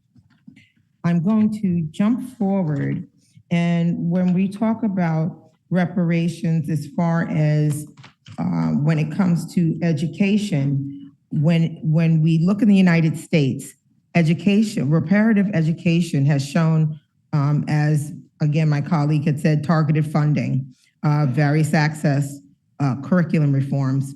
We're talking about initiatives that illustrate both the progress and the persistent challenges. So there, again, continues to be funding instability, $250,000, political resistance, and of course, the measures are very difficult to measure. But if we look abroad, fun fact, I have dual citizenship as of 2016. I wonder why that year. My mother was born and raised in Liverpool, England, and yes, she went to school with one of the Beatles. And comparable efforts abroad, they emphasize local relevance. This is what my colleagues were referring to. Culturally sustaining practices and tough evaluations. Again, the core lesson in context is successful programs that align with a community needs. And finally, my final point is, in conclusion, when we're talking about my final thought is, when you're talking about educational reparations, we have to show promise when designed with equity, accountability, and community partnership at their core. The ongoing research and rigorous evaluation is essential to determine what will work. Thank you. Thank you. Thank you. Ladies and gentlemen, Lisa Maria Nero, thank you for being here with us today. We are grateful. Yes, the Honorable. Thank you for that correction, Dr. Cody. I take that humbly.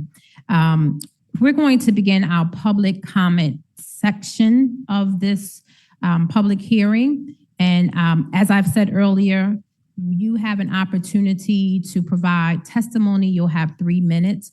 We'll actually provide a warning when we're going to close public testimony. I'm not sure if we'll have to close early, but I don't think so. so far we have 17 people signed up. And so we are looking forward to hearing from you. This is the opportunity for our commissioners to sit and listen and learn. And so we want to thank you again. One more time, another round of applause for all of our presenters. Thank you. If the information is not already on our website, it will be.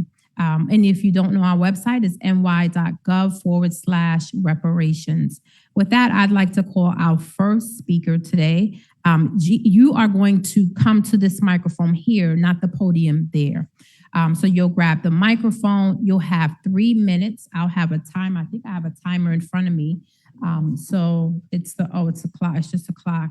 So if someone's going to help me with the timer, otherwise I will do it myself. If anybody has a C charger, this is how real we are. If anybody has a C charger, I'd love to borrow it for a few minutes so I can make sure that my phone stays charged. I'd appreciate that. So right now, our public comment section is open. I am going to call 2 speakers at a time.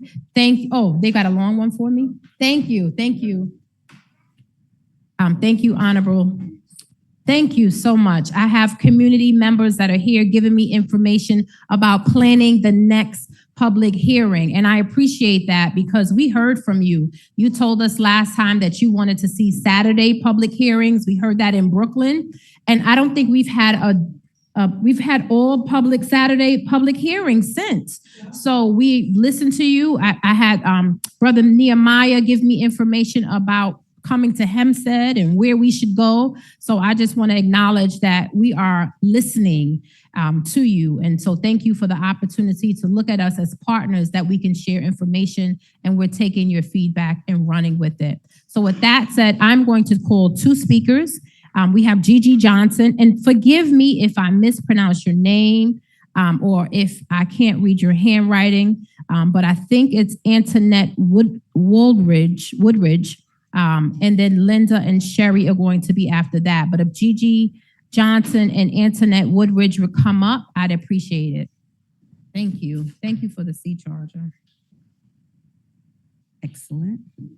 I was waiting for, I had a feeling.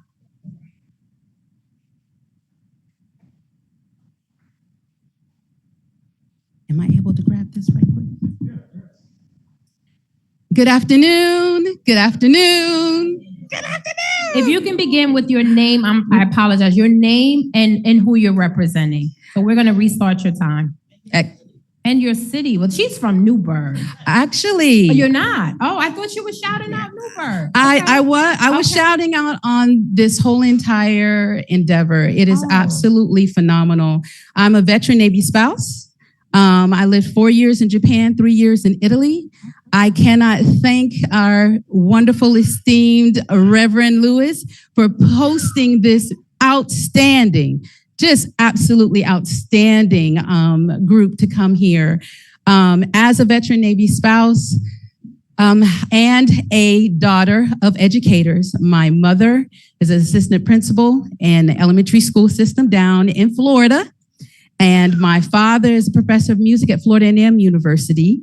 So yeah, kudos.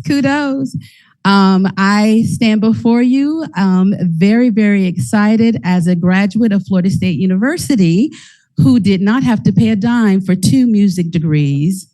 Kudos. And that is something that really does hinder our young people. I have 2 sons, a 19-year-old who is now up at RPI majoring in biomedical engineering. And I have a younger son who's in the Cornwall area. At the end of the day, he may end up over here. We shall see. But I think the most heartbreaking thing for me is that my older son was born looking extremely light and white. And my younger son was born with a little golden color. And when he came and sat in my lap at 6 years old, he told me with tears running down his face, I will have to work harder than my older brother. Harder. Yet there's only 3 years difference between 2 of them. I left this country, living 4 years in Japan, 3 years in Italy. Both of my sons were raised with 2 different languages, 2 and 3 different languages. They come back here to an educational system that did not serve them education at all. And the sad part is it didn't matter where I was, in Florida, in PA, in New York. This situation is systemic throughout all United States of America. And it is unfortunate and it's heartbreaking, but this is where change is actually here to be birthed, started. And I am ever so excited for the two speakers that spoke, Dr. Cody, Dr. Blake. I cannot thank you enough. I literally was coming here just despondent. 30 seconds. Thank you. And in despair. But I feel as a community, with us participating, the encouragement for us locking arms and making it happen is right here, right now. And I look forward to pioneering this with all of you all in the future. Thank you, Gigi Johnson. We are grateful for you. Next, we have Antoinette Woolridge or Woolridge.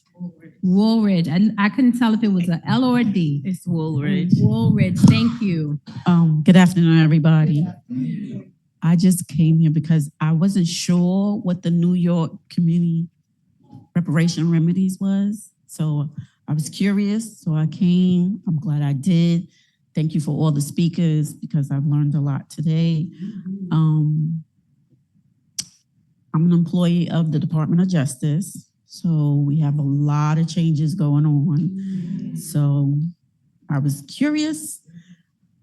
I really a little frustrated, especially since I was on the Black History program. I've been in Department of Justice like 37 years, so that has been eliminated. So last year, due to one of the administrative executives, she took it upon herself to do the program, and she said she would take the fall for it if we got in trouble. So we won't have one next year. So I'm a little despondent about that. But I was here for a program before about Cornwall, and my goddaughter, who is Black and Hispanic, and she just talked to us about her hair because the kids that she go to school with are predominantly white, and they were saying she needed to change her hair. So we have to have a conversation with her about her hair because she keeps straightening her hair. And she says she want to identify with her friends, but she's chocolate. So it's hard. So even with education now, teaching your kids, having identify who they are, how they feel, it starts. I hope these programs be implemented, especially the one you said about after school and kids getting Black history, identifying, learning about themselves. We really need it, especially since I have a 10-year-old goddaughter who's frustrated and experiencing this now in 2026. Thank you. Thank you so much, Ms. Woolridge. We're grateful to you. Can I ask you to state where you live? You don't have to give the whole address. Just I live here in Newburgh, but Okay. I work in Brooklyn. Okay. Okay. Thank you. Thank you for that, Ms. Woolridge. So the next we have two, I know it's Linda. Linda, I can't tell the last name, but Linda and Sherry, if you can step up to the mic. And when you come up, please introduce yourself and where you're coming from. And so Linda, is it Mog? I just see MMG. Are you still here? Maybe Linda's left. Sherry, is it Sherry Harton?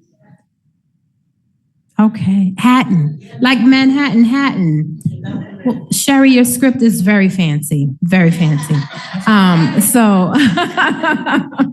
So we're gonna give you a minute to come on up. And then the next person after Miss Sherry is Otik May or Arik May. I guess your script is fancy too, but your last name is May. And so we wanna make room for you to come up. But we welcome you as you come up and we'll restart the clock. You can introduce yourself and what city you're coming from. Okay, I thought I had a few more minutes because Linda was first, so. No, we only give you 3 minutes All right, per yeah, person. no, I'm joking. Yeah. So I'm Sherry Hatton. I'm a member of Calvary Church. So Jay Lewis is my wonderful leader and mentor. And I'm also a civil rights lawyer, or was a civil rights lawyer in Lower Manhattan on September 11th. So I was fighting for reparations, one case at a time, all the time. So when we're talking about, 25 years later, we're getting a commission in New York State that doesn't have the federal oversight or something. So, you're talking reparations involve so many things, and what you guys are taking on is huge. What you ladies and gentlemen are taking on is huge. And I feel like you should be getting paid, because then that's real, right? Like, I've been on boards, I've volunteered, and that stuff, it's not that it's secondary, but you got to make time for that. And I think if New York State's serious, then you doctors and professionals need to be paid at that rate. And that's, kind of the first thing that came to my head when I heard that this is a volunteer commission. So it's nice that they acknowledge it, but they need to pay for it, or, understand that it's real.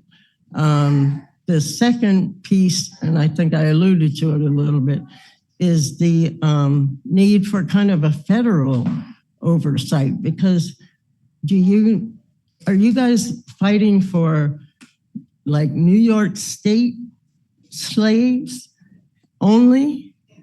So how there was like in Cornwall, New York, there's a Quaker organization that got us to freedom.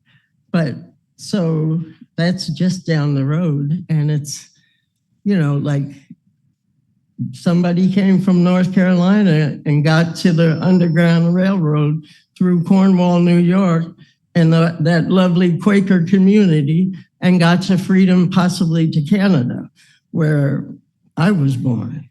So, like how do you not have a statewide collective approach to this, because you can't tell where people came from in order to, give them what's coming to them, kind of. So, you should get paid, and it needs to be nationwide, for all the states that had slavery. And I think of slavery as a kidnapping. And I think we need to think of it that way to 10 seconds. To force the agenda, right? To force the agenda. Yes. Right? Thank you. That's it. Thank you. I just want to, first of all, if you would have told us that you would be recommending that the commissioners were paid, you probably would have gotten 6 minutes. But we're gonna, I just want to make some clarifications. I'm just being honest. And Rick is going to be next. These are jokes. Yes, they are jokes. Please don't take that serious. What I said does not represent the opinion of the commission. That was the opinion of Charnel Hawkins only. I do not represent the New York State Community Commission on Reparations Remedies. With that comment, I don't apologize. Next is Rick, May, and Peter, but I do want to just tell a little bit about our commission. We are a New York State effort. We certainly know that there are federal efforts with HR 40 that did not come into fruition. We talked about that a little bit earlier with the efforts of John Conyers Jr. and Representative Sheila Lee. We honor their work, but that never happened, even though it was introduced every single year to Congress. But this effort is a New York State effort. The bill was signed in December 23 by Governor Hochul, but the champions of this bill are Senator James Sanders Jr., who we mentioned, he's District 10 in Queens, and Assemblymember Salaja, who's District 22, and in Long Island. And so want to honor them because this is the work that we're doing across New York State. And so we've been going around, we've had about 17 public hearings so far. So we've been everywhere from Binghamton to Brooklyn. And so we are still traveling. So when you mentioned Cornwall, I was just going to say, okay, we need to go back to the drawing board because that was an area we didn't think about. And so we're learning. We as commissioners are learning, and your voice is critical to the process. So thank you for that. So next, I'm going to call Rick May. It's that fancy R. Rick, are you still here? If Rick has already left, Peter, are you still here? Okay. And so the next person is Dennis Grant and Rashida Tyler. Are you still here? Okay. Well, glad that you both are still here. Dennis, we're going to give you the floor first, but we thank you and bring the baby with you. We love the baby's voice. It's about the youth. It's not my baby. Oh, it's not you. Well, we've heard that statement before. I'm not the pappy. I'm just joking. I'm in a funny mood today. I'll stop. That's fine. Thank you. My name is Dennis Grant, and I'm not the father. But my name is, however, I have 3 children of my own, and I've been married now going on 30 years, consecutively. And also my youngest is at FAMU studying architecture, and he's a senior this year, in honors as well. Also, he's in my same fraternity, Omega Psi Phi fraternity, and he received a lot of honors at his district meeting, where they're looking at him being an international undergraduate representative for the fraternity. Thank you. I really appreciate what you guys are doing. Let's not say paid, let's say stipend. Words matter. But at the same time, I had a question as far as the direction of this remedy. And the question is, someone mentioned it about for who? The people who were enslaved in New York State. At the same time, there's a lot of shifting, like we know about the Great Migration that came up north. There's now starting to be mini migration of everybody going down south. So as far as how you track people and how those people will be tracked, because I hope it's not, hey, if you left the state, sorry, because there are connections that people who have been here for generations and have had family members that have been enslaved. The other thing is one thing as Black people, we know we are the most diverse and the most inclusive people on this planet. At the same time, and at many times when it comes to resources, we have not been the people to receive what we shall and ought to have received.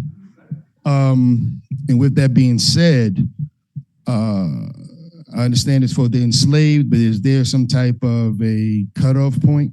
Because slavery stopped officially in New York State, I think in 1827, yes, 1827. And then it started to be similar to how Virginia was, being kind of a breeding colony because you couldn't bring any more in. And one thing I would always say about Black people in this country who were enslaved, we were not immigrants, we were imports, and some of us were also here. So let's also keep in mind about that. The thing is too, is the who. Oh, it's the who, and also to find out how do we go about finding the people. 10 seconds. And real quick, I want to say this too. I'm also a New York City correction officer.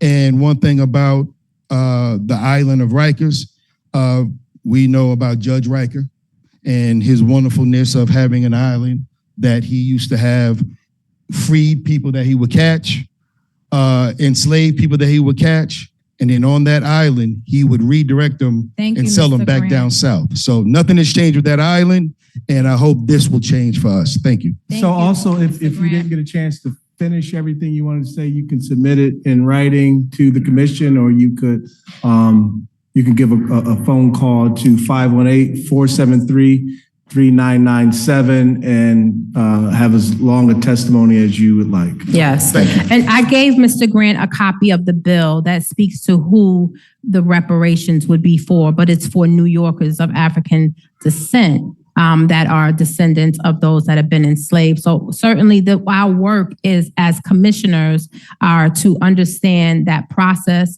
So we haven't gotten there yet.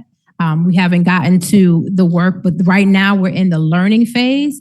But our work is to educate ourselves and work with a team of researchers and policy analysts and economists to understand what those recommendations are. And then we will make recommendations to the governor and legislature about what the commission recommends. I just want to see if there's anyone that wants to add to that. The bill is on the website. If someone wants a copy, each of us has a copy here. We can give you those copies to take home. But the bill is on the website. The website is here listed, ny.gov/reparations. So next we're going to call Rashida Tyler to the microphone. Thank you so much. My name is Rashida Tyler. I'm from Kingston, New York in Ulster County, and I represent the New York State Council of Churches. And I'm just a little shorter than the mic, so you can lift up. Oh, perfect. Awesome. Thank you. So I want to say thank you so much for coming to Newburgh. I know when we spoke in February and I was like, come to Ulster County and you guys are like, or Newburgh. And if it was going to be in the city, it is so important that you are in the city of Newburgh, because to understand the story of how slavery perpetuates even beyond the chattel slavery into economic deprivation and poverty and how it is playing out, we have to talk to our communities across New York State. And somehow we in the Hudson Valley always get left out.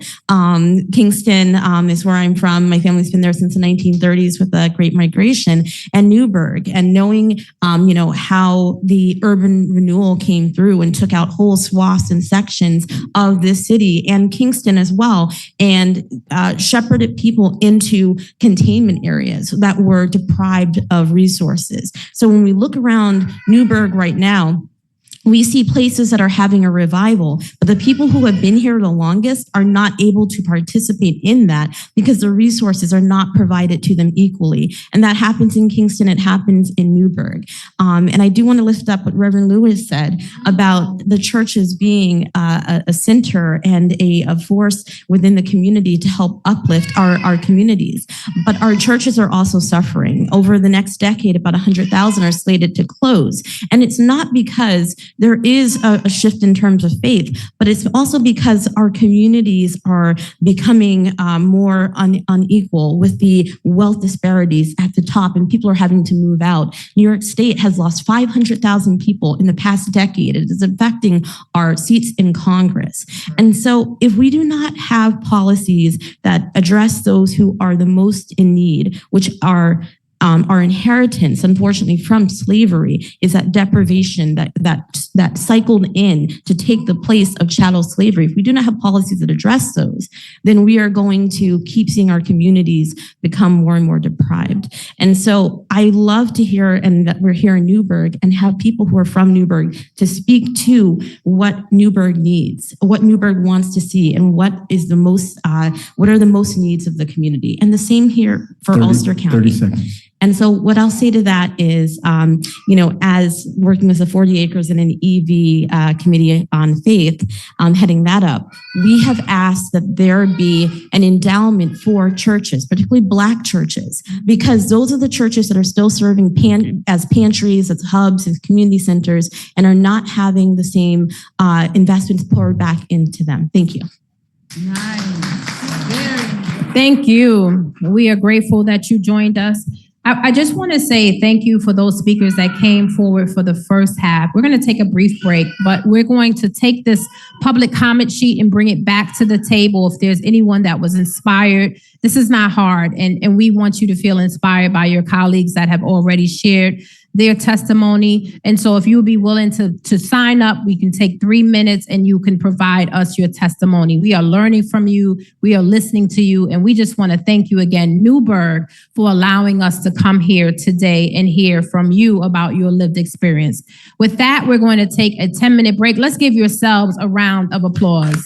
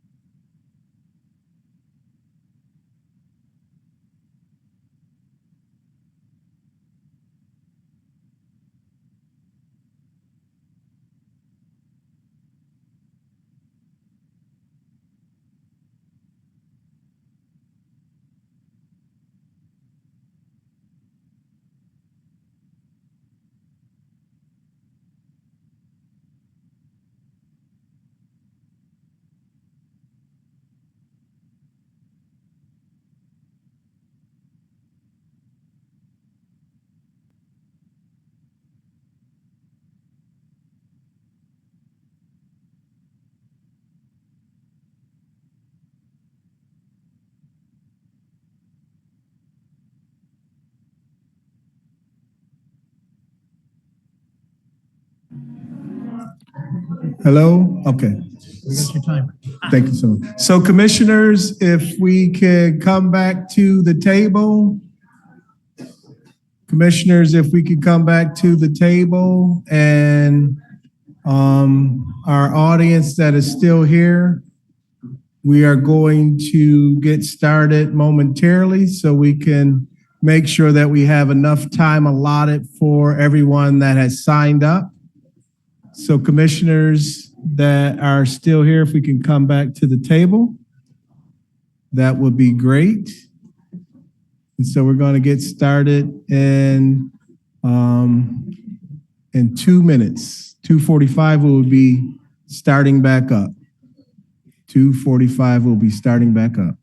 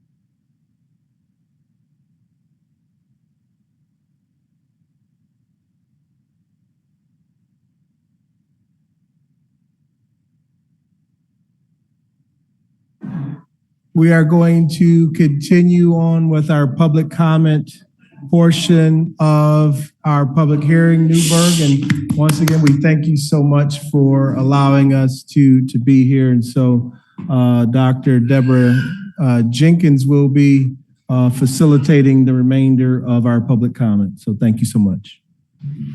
Thank you, Commissioner Hodes. Our chair had to leave, but we want to just reiterate, the three of us who remain, that this has been so good. This has been so good, and we want to give you your hand again. So we won't delay. We are inviting our two virtual speakers into the testimony, beginning with Ms. Kathy Dean.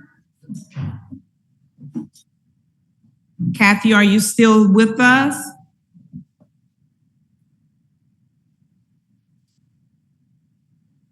Yes, I am. Can you hear me? Okay, let me put myself, let me see how I do. She's on Zoom. Yeah, I want to hear. Hold on, let me set myself up so that you can see me. I want to put myself on here. I'd like you to see my face.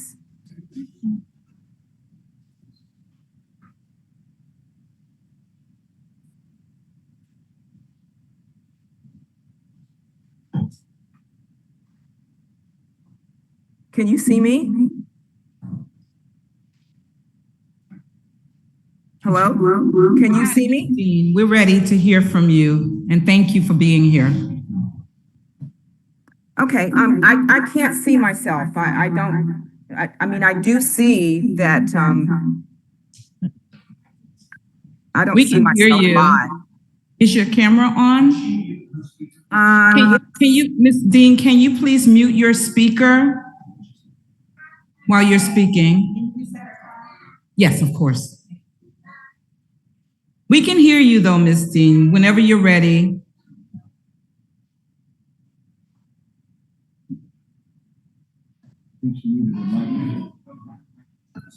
Not your microphone. You can reopen your microphone. Your speaker on your laptop or your headphones, or use headphones.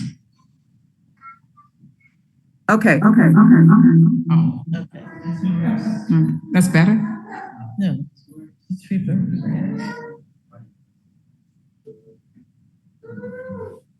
All right. There's a lot of reverberation here. Yeah, we're hearing it as well. So I'm going to recommend that our comms team, our audiovisual team work on that. We will flip to The second we'll flip person to in person until we figure out our virtual. Oh, right, because they can't. But Okay. we will come right back to you as soon as we have it figured out. Okay, so the next person up in person is Miss Chantel Williams. I want to thank you for traveling around the state with us as well. Of course. Good afternoon, commissioners. My name is Chantel Williams, and I represent the New York Civil Liberties Union's Racial Justice Center. Black life in New York has been shaped by one consistent truth. The state has stripped Black people of their humanity and then used that same dehumanization to justify violence against them. This violence was not incidental. It was written into law. Slave codes gave enslavers legal authority to harm Black people at will, checked at only the point of loss of a limb or death. Black people were not protected by the law, they were owned by it. Bought, sold, gifted, and inherited. And Newburgh was no different. A newspaper right here in Newburgh once advertised to be sold for want of employment, a strong, healthy Negro woman. She was listed alongside goods, completely dehumanized. This logic was embedded in the institutions here. Notable figures in Newburgh, such as Jonathan Hasbrook, an enslaver and a judge, wielded the law to maintain the system of slavery. So when slavery formally ended here in New York State in 1827, it was not surprising that state violence didn't end, it evolved. In 1892, here in Orange County, Robert Lewis, a Black bus driver, was accused of assaulting a white woman. There was no trial, no legal process. He was beaten and lynched by a white mob. No one was held accountable because Black life was never treated as something the state had to protect. That pattern didn't disappear, it continued. The mobs became police and state violence remained. Even the Newburgh police themselves acknowledged patterns of arbitrary enforcement, discriminatory practices, and use of excessive force against Black residents. And those same practices have resulted in the death of Black people. In 2026, Marcus Burks, an unarmed Black man, was killed by the Newburgh police while crying out, "I can't breathe." Across generations, the continuous harms of the criminal legal system are clear, and we also see it within the data. In Orange County, Black residents, though they only make up about 13% of the population, are arrested and convicted of felonies at nearly 5 times the rate of their white counterparts. Black people are also nearly twice as likely as their white counterparts to have a sentence involving incarceration. Reparations must confront this. We therefore ask the commission to fully investigate the harms of the criminal legal system on Black residents throughout New York State. We also ask for mandatory independent investigations of all killings of Black people by police and immediate suspension of officers involved. We're also asking to mandate mandatory pattern and practice investigations into any police department involved in the killing of a Black person. We're also asking to establish community level restitutions in addition to family compensation when a Black life is taken by law enforcement. Thank you. All right now. Ms. Williams, can you please give the operations staff your contact because we would like to speak to you more. Thank you so much. The other thing, if you could give the testimony, either send it in or email a copy. I think everything you said was right on, and those stories resonate throughout New York State. And the Black codes, the beginning of the legal, assault against Black people began in 1626. And when Africans were brought to this country, the slave people, traders, put them in cells in the basement of pubs. That was the first incarceration of Blacks, and it hasn't changed. Thank you. Thank you again. We're going to try to flip to the second virtual person and see if that was just localized to Ms. Dean. So if Ms. Mack is still with us, you would be next, Ms. Barbara Mack.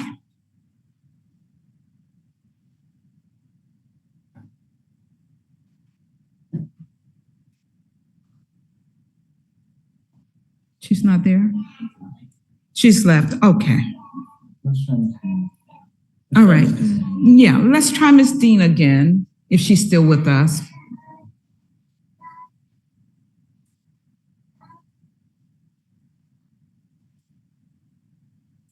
She left. She also left. Okay. Hello? So maybe they'll come back. Hello? Hi, my name is Barbara Mack. Hi, Ms. Mack.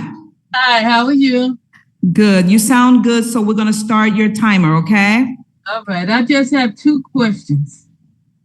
Yes, ma'am. Go ahead. Since we are currently involved in a war with Iran and billions of dollars are already being spent by the federal government, will this have a negative impact on our ability to obtain reparations from the federal government? That's one. Okay, you had 2 questions. Okay. And the other question is, are there any forces that are currently trying to stop us from moving forward with our goal of obtaining reparations right now? I'm so sorry. Can you repeat that? Are there any forces that are currently trying to stop us from moving forward with getting reparations right now? Okay. So let me respond to the first question, just to reiterate what the chair said earlier, that this is a New York State Reparations Commission. The federal bill that had been introduced into Congress by former Congressman John Conyers Jr. For the last 30 years that is federal. That is the federal legislation. And so theoretically, whatever the results are of this commission would not immediately be impacted by the war that the country is currently in. And again, just for those to come after Ms. Mack, we're really just gathering information from you all. We're not in a position to really answer some of these nuanced questions. And so the second question I can't answer for you. You still have a minute though, if you want to share more. I just want to thank everybody for their sacrifices, because, you know, this is a big effort, and I just appreciate everybody for being there and all of the work that you are doing. Thank you so much. Thank you very much, Ms. Mack. We appreciate that. We really do. Is our first one still on, or is she gone? The first virtual one? Ms. Dean, Kathy Dean, is she still with us? Yes, I am. Can you hear me now? That sounds great. Sounds great. Okay, super. I can't see myself, so that's okay. I don't get it. But anyway, okay. Good afternoon, honorable members of the New York State Community Commission on Reparations Remedies. My name is Kathy Dean, and I am a 100% disabled global war on terrorism veteran and a present-day direct descendant of American freedmen. My family's claim is not theoretical. It is documented. My great-great-great-grandfather Hill Cherry Sr. and my great-great-grandfather Hill Cherry Jr., also known as Hill Gillum, served in the 14th United States Colored Heavy Artillery during the Civil War. Their names are engraved on the Wall of Honor at the African American Civil War Museum in Washington, D.C. As a veteran, Their service means something deeply personal to me.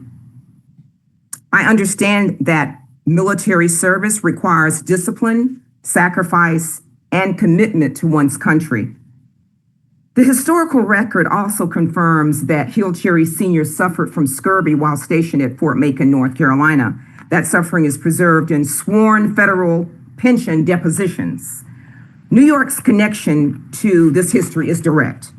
During the Civil War, New York had to meet troop quotas under the Enrollment Act of 1863. To meet these quotas, New York credited thousands of Black soldiers recruited from southern states to New York localities. Many of those never lived in New York, yet their military service was counted toward New York's obligations. That means New York received the military and political benefit of their service. But many freedmen, soldiers, and their families never were made whole. Their descendants continue to carry the long-term consequences of slavery, war, dispossession, discrimination, and exclusion. That is why reparations must be lineage-based, historically grounded, and tied to documented harm. For this reason, present-day direct descendants of American freedmen must be clearly identified as a distinct, documentable lineage. Other communities have been recognized through more precise demographic data. American freedmen descendants deserve the same clarity. We need demographic disaggregation so our lineage, history, and documented harms are not erased inside broad racial categories. Therefore, I respectfully urge the Commission to recommend that the New York State Legislature pass the proposed demographic disaggregation bills, Assembly Bill A6341D and Senate Bill S7664. Thank you. Thank you, Ms. Dean. Thank you very much. Next, we have Nehemiah Roll here with us.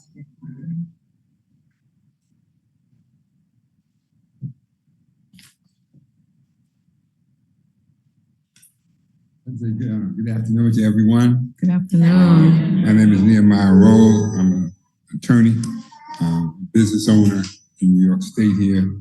My family came to New York. My family came to New York in the 40s. Thank you. I was at a teach-in last night, and we had a conversation because somebody said from the audience, with all this reparations commissions activity going on in certain states, somebody blurted out that we're being played. Because you look at John Conyers and what he did, he introduced the reparations HR 40 in 1989. And from 2017, you know, he introduced it, like you said, and there's nothing happened on the federal level.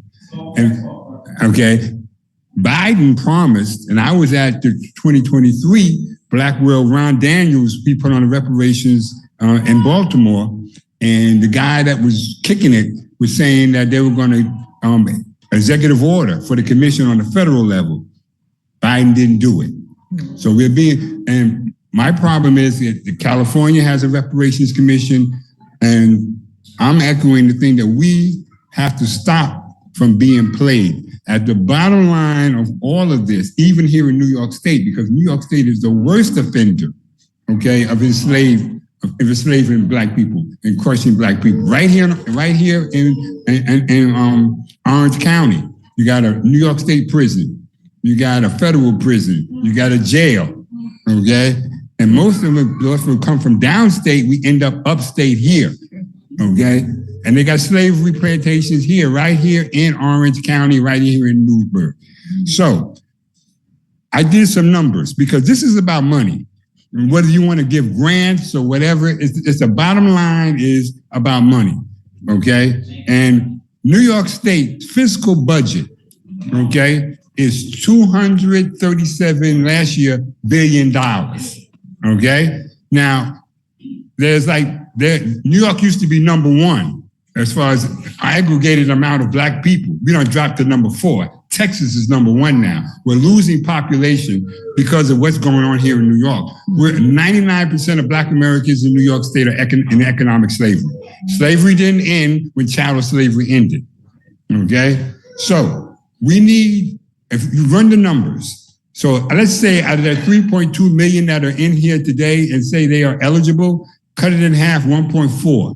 So you would need, so if the state put aside $250 billion in a fund, that's what this commission needs to do a report soon as fast as possible while we got control of the Senate and the House. So these things set up the fund, okay? Do you know how much each person would get monetary wise?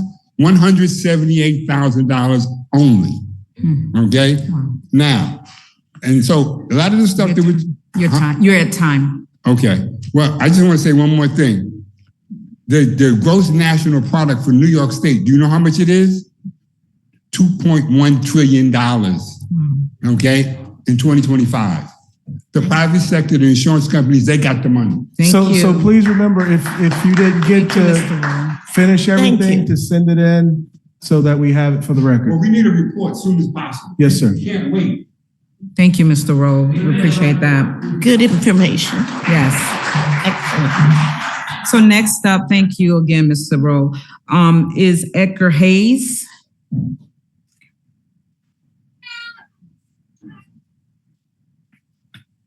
Good afternoon, everyone. Good afternoon. Oh, good afternoon. Good afternoon. All right, I grew up in the 70s in Harlem and in Brooklyn. And when I was in Harlem, I could tell you on my block, this building was abandoned, this building was abandoned. I can go down to this building was abandoned and another building was abandoned. And that was the degradation that surrounded us. When we moved to Brooklyn, we're on welfare, and the father was not in the home when we moved to Brooklyn. Growing up, we had three women with children in a 2-bedroom apartment. That made 10 people in a 2-bedroom apartment. Don't ask me how they did it, but they did it. God bless them. Going to school, kids used to pick on me. Oh, he got a big nose. And I used to squeeze my nose. And they used to say, oh, he has big lips. So I used to tuck in my lips every day. Because I did not know my cultural heritage, because I did not know who I was. The beauty standard, the false beauty standard, the self-loathing, that all stems from the enslavement period on. It's just another manifestation of that. So when I graduated from St. John's, I thought I was the smartest person in the world. I didn't realize I was the dumbest person in the world because I did not know who I was. As Dr. Blake and Dr. Cody were saying, if you don't know where you come from, how do you know where do you stand to create the destiny that you are going to? So education is so important.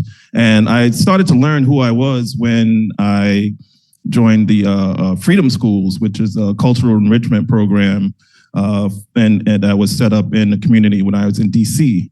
And it was an after-school program that was set up in a public school. So what Dr. Blake was saying, the curriculum, you need that curriculum to help young people understand who they are and where they come from. And we also, that no one else spoke about, we come from the soil. We come from the soil. I am the co-founder and executive director of Freedom Farm Community, where we grow food to give away. I ask college students that all the time. They say, is that crazy? They say, yeah, that's crazy.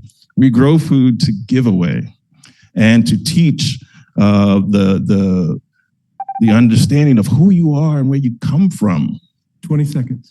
And to be in community and to learn the environment, the seeds, the leaves, the plants, the medicinal values. We need the children needs that. So supporting other organizations as well as that are going into the schools and supporting organizations that are doing the work, and not with these crazy 10,000 page paper grant writing. Thank you. Thank you. But thank you all. Thank you. Once again, please submit in writing or however you would like to. Thank you, Ms. Could you, I want to give you my card. I have 3 farms in Newburgh and a program called Grow Eat. We grow vegetables to give to the food insecure for free. So it's important to collaborate with other farmers because the difficulty with getting Black people involved with farming is the legacy of slavery and the negative connotation, that's been brought forth of us growing our own food. But if you go to the grocery store tomorrow, you will realize that you better learn how to grow your own food. Thank you so much, Mr. Hayes. I love the collaborative spirit in this room. This is great. This is great. Next up is Brooke.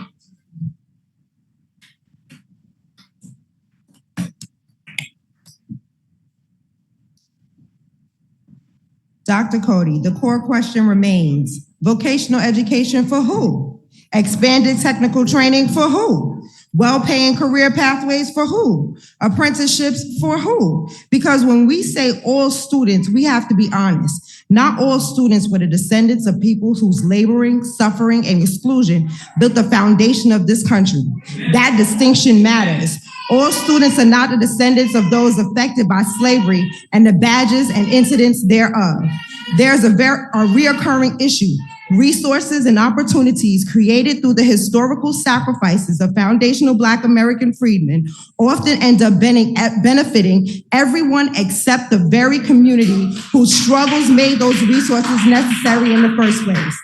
Right now, the mayor is giving $11.2 billion to illegals while proposing a new education 2K program for all. On paper, that sounds positive, but opening those seats to illegals, people who did not experience the generational impact of slavery, segregation, systematic exclusion, raises real consequences or real concerns. Meanwhile, freedmen have paid taxes and contributed to this city and this country for generations without receiving full and equal access to the benefits of those taxes were supposed to secure.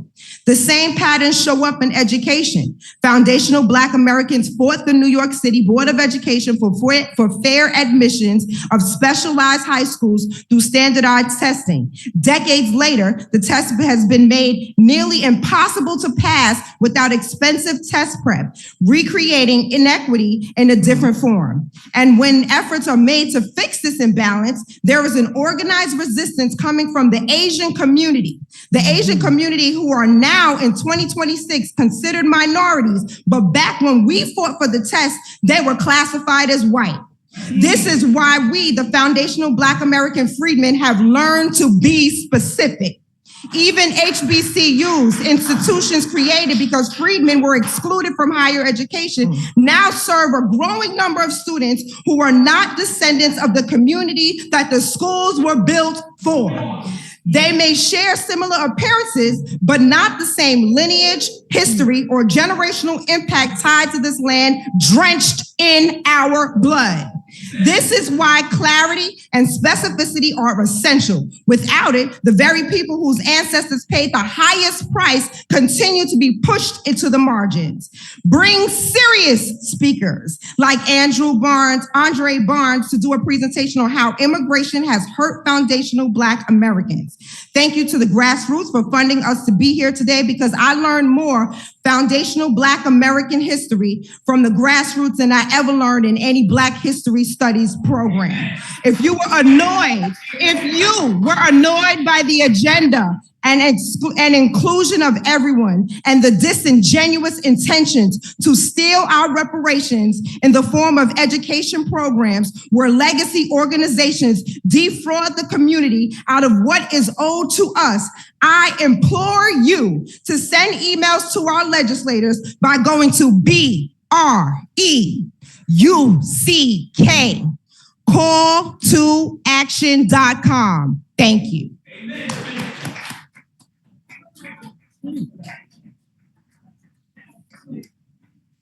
Thank you, Brooke. Thank you, Brooke. Next up is Divine Prince. No, we don't do that. We don't do the answer. They can do it afterwards. Okay. Divine Prince. You are next. All right. All right. I'm ready. Okay. My name is Divine Prince. I'm the current president of the U.S. Freedmen Project. I'm so excited that today's theme is education because that has been the mission of the U.S. Freedmen Project since we educated the New York State legislative body on how to craft a constitutionally sound reparations bill that does not violate the Equal Protection Clause of the 14th Amendment. Unfortunately, they ignored that education, and this current Reparations Commission is formed on unconstitutional legislation. Just in case this audience is unaware, policies based on race are unconstitutional. And African American is a federally recognized racial category whose definition is anyone with origins in any of the Black racial groups of Africa. This includes Afro-Caribbeans, Continental Africans, Afro-Latinos, and Black Americans whose families earned the status of freedmen through emancipation in the 13th Amendment. That's why Asians were able to overturn affirmative action. That's why the Fearless Fund was stopped. That's why the Black farmers couldn't get the funding they deserved. It's why the Reparations Commission in Evanston had to give reparations to white and Hispanic recipients so it didn't get shut down. It's why that Latina is going to get the Black Mother Mortality Program shut down in California. And it's why the Congressional Black Caucus got sued for their Black scholarships. Ed Bloom, the right-wing activist, is using the 14th Amendment to shut down any race-based legislation. The U.S. Freedmen Project warned the legislators about this in 2023 and have been warning this commission to not make the same mistake at every hearing. Racial justice is not reparations, including everybody with melanin on a justice claim. That is a claim for the badges, incidents, and vestiges of slavery that only Black Americans survived from enslavement in the U.S. to present day is an act of injustice, and it breaks constitutional law. It's why even well-intentioned initiatives like what Dr. Blake recommended have never yielded results. Grouping Africa's diaspora in with freedmen to create Black studies and Black solutions erases individual cultures and lived experiences. Dr. Blake mentioned the AAPI community's push for curriculum. They push for that curriculum and push for data disaggregation for all their individual ethnic groups at the same time. The African American racial category must do the same. Each ethnic group that falls under that category deserves to be acknowledged and respected. Yvette Clarke, who is an Afro-Jamaican politician, attempted to do just this back in 2009 on the federal level. And currently in New York, there's legislation calling for that same disaggregation for the African American ethnic groups. That's A6341 and S7664. New York has already signed disaggregation laws for the Asian American Pacific Islander demographic and for the Middle East and North African demographic. But imagine how different that case involving the teens in Queens go if the shooter was known to be an Afro-Jamaican flight risk instead of a Black teen whose families are almost always generationally American within the contiguous US states. Without data disaggregation, the delineation is politically impossible for those families that survived enslavement in the US to get any specific legislation. We have also organized a community-based email writing campaign that has sent over 1,500 requests to this commission to have Andre Barnes from Numbers USA coming to talk about how immigration has been weaponized against Black Americans by white supremacy. Disaggregation and reparation must go hand in hand, and reparations must be lineage-based. Thank you. Thank you, Mr. Prince. Yeah.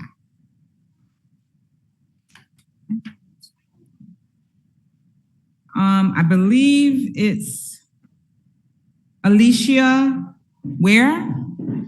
Is that correct? Great. Those are all great speeches. I just have a couple bullet points. That's fine. We want to hear them. Everything's important. Everything's important. Well, thank you. So thank you guys for being here. I am a archivist and an archivist that actually takes care of the custodial of federal records. So history is important. If we tend to gloss past the history, we're destined to repeat it as a nation. History also, I have found through archives, is something that can be hidden. So they can be hidden right in front of your face. The particular records that I deal with are academic records, and it shows the very percentage of students Black students at a high rate that would apply for this school, and they would not get in. And why would they not get in? And this school's been established since like 1802. So why would they not get in? They would not get in because why would they be educated to know French? Why would they be educated in math? These same things I am seeing today, even with our students that are coming in now. There's a percentage, probably like maybe 1 or 2% of the kids that actually come in, and they're coming from all over the country. So I'm getting to get a big view of what's happening here. And when I speak to the students, they see themselves, because in the profession that I'm in, I'm the only professional Black person out of 48 staff members. With that being said, they see my hair. And the girls come to me and say, how do I do my hair? This is important. The libraries are communities, right? Every community has a library. And I think that should be a hub where we learn, where we teach. And so with that being said, I think that it's important that we have oral histories there for our people to learn from, that we have an archives, we have a museum. And these are things that can be, it doesn't have to be something huge, but it can be something that can be established right here in our communities. Also too, when you think about our students, housing and education, someone mentioned it, it's important. Many of our, my family is from urban renewal. And so we all know here, people who live in Newburgh, what that means. My grandmother's house was razed. She was lucky enough that she was able to, her husband was in the military, and so therefore she was able to purchase a house. Many people could not. So you see these things as well. So I just say that libraries are a place, a hub. I work for like the National Archives. It's a hub. It's a hub for truth telling. It's a hub for education. It's a hub also for adult education. We're talking about our children, but a lot of our adults need to be retrained as well. So thank you. Thank you so much.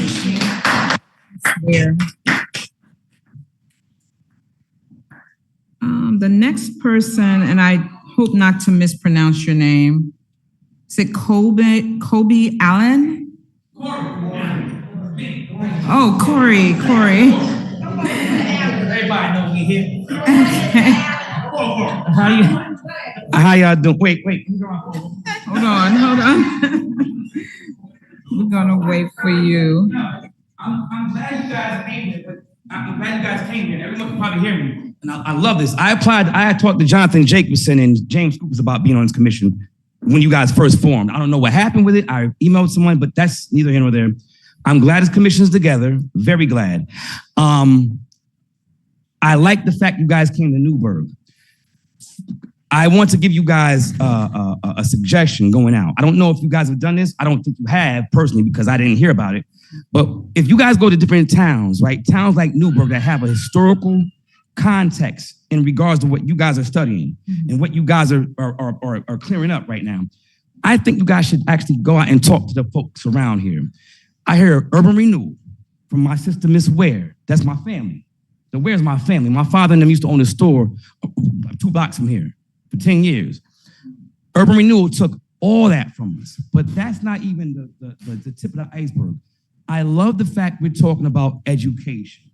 In 2020, when George Floyd got killed in front of the entire nation, I sent to, again, James Scoopus, Jonathan Jacobson, and a couple of other of our representatives, a plan I had for reparations. I put it together myself. And we actually talked about reparations in that plan.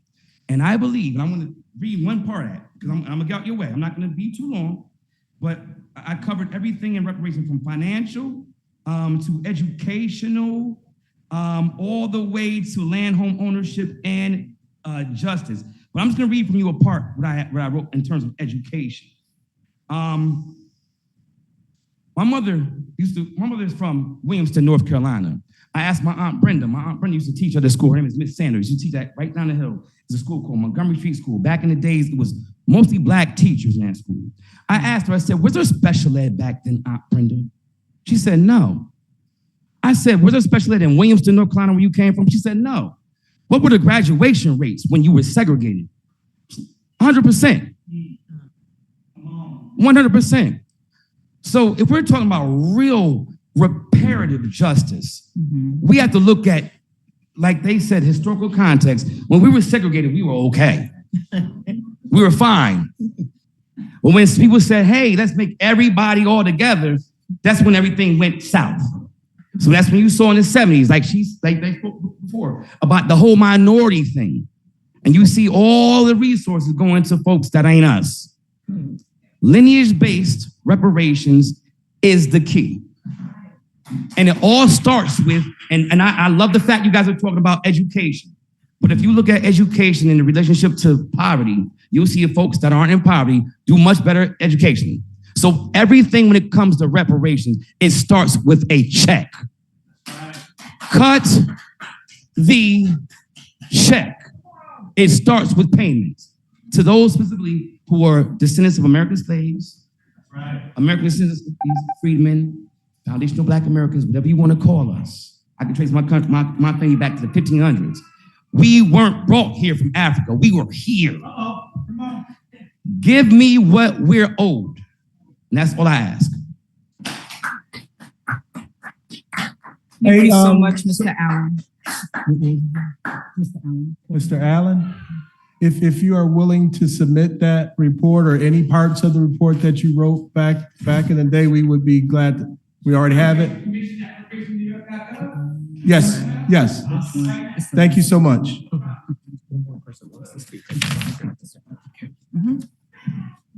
Okay, we're wrapping it up. We have 2 people left, I believe. Okay. Next person up, and thank you, Mr. Allen. Thank you so much. Gabrielle Hill. Gabrielle. Okay.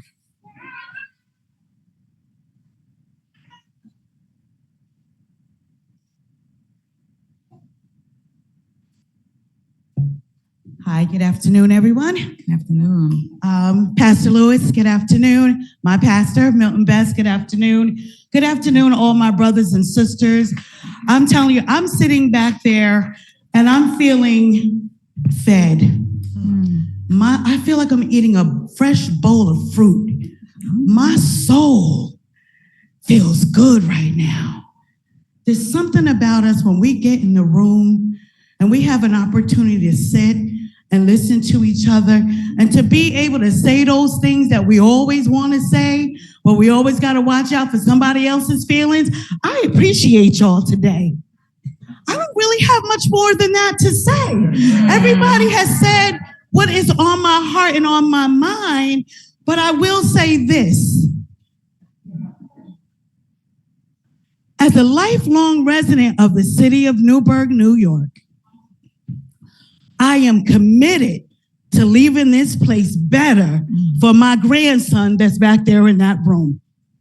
I am committed to making this city better for all our little Black girls and our little Black boys that go to school and people look at them like they're not enough. They're never going to make it. They can't do this. They can't reach for the stars. I'm here for all the families in the city of Newburgh, New York, and beyond. My brother Corey said the other day, we like to take walks through the city of Newburgh so that we can continue to interact with our folks and we can find out what the needs are, or what the solutions are, because we got the solutions. We know what we need. We know what we need. And we were getting ready to part ways. And I said, we all we got, because we do our little thing. I said, we all we got. And I thought I was saying something. He snapped back and said, we all we need. We all we need. And listen, I took off down the street. It's like he lit a flame. And I thank you, my brother, for coming with all the data and the numbers. That's not my thing. So I love all the people that do that research.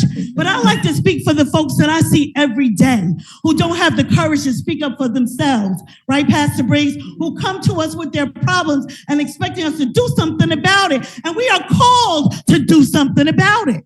Yeah. So I say, no more. It's a new day. What was that, Eddie Murphy? It's a new sheriff in town. And we're not walking alone. We're walking together physically, but more importantly, mentally. Break those chains. We got to break those chains that keep us apart in our mind. Oh, she don't like me.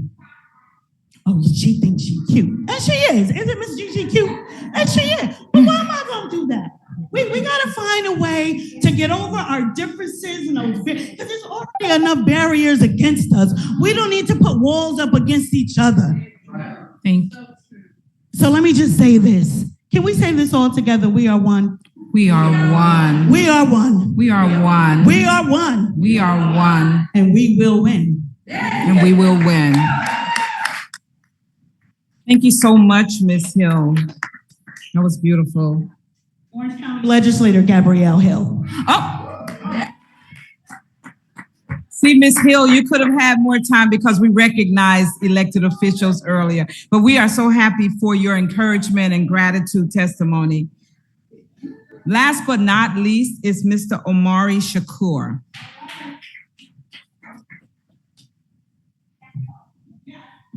I gotta come up and follow her. So, my name is Omari Shakur. I'm a lifelong resident of this city, 8 different decades, 7 generations. I just wanted to make, because I was listening earlier to the comments and the stuff, reparations. As a former Black Panther, we used to talk about reparations and stuff like that. But also, I found out 2 of my aunts were Indian, and I said, so we were here before reparation. Some of us were brought here, and some of us were already here. We have done this. So they owe us more than reparations. They got to give us our land back. Yeah. And so that was one point. The second point was education. That's my brother right there, back there, Mr. Phil Howard. He's on the school board. There's 5 of us brothers. I'm the oldest. They all went to college. I went to another college called the College of High Jobs. I went to that college. So I just wanted to also say education is very important. But if you don't know yourself, and our mother taught us who we were before they got educated, before we had education, we already knew who we were. But when she brought us some encyclopedias, we all know how to read, but reading is fundamental. But I just wanted to understand that if you don't know who you are, if our kids don't know who they are and what really happened here, then all the education and all the reparations will not help if we don't know who we are. We were kings. We say we were kings and queens. See, slavery, we have to understand slavery interrupted our history. That when they say history, that's his story. We had a story before his story. And so slavery just interrupted.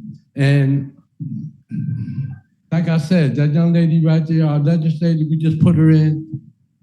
I don't know why this one, my hearing waves went off. And I'm Councilman Shakur. Oh, wonderful.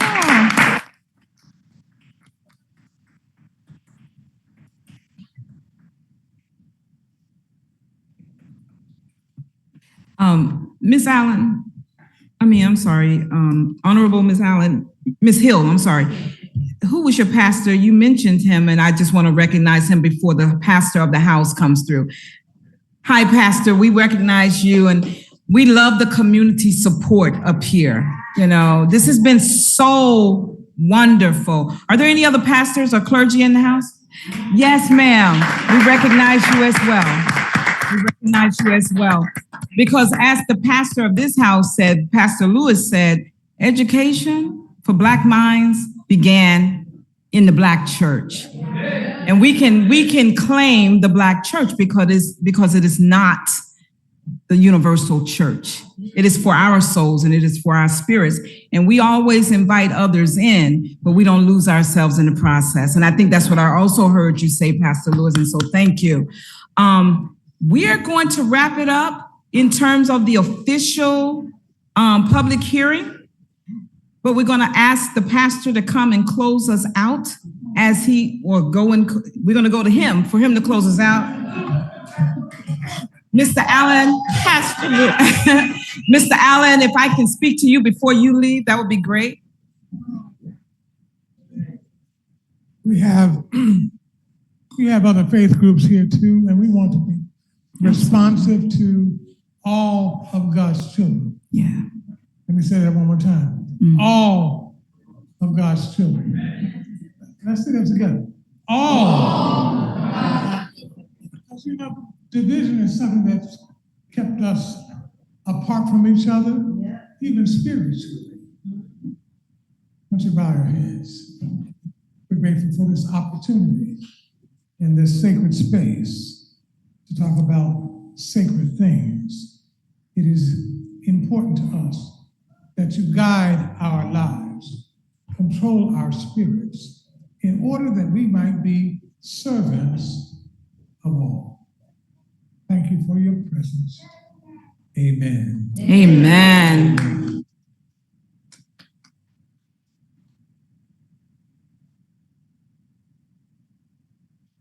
So much. That concludes our hearing for today. Commissioners, if you want to talk with commissioners, please grab them, talk with them. But as far as the formal public hearing, we have concluded. And so we want once again to say thank you to the community of Newburgh for showing up. And so we appreciate you. Thank you.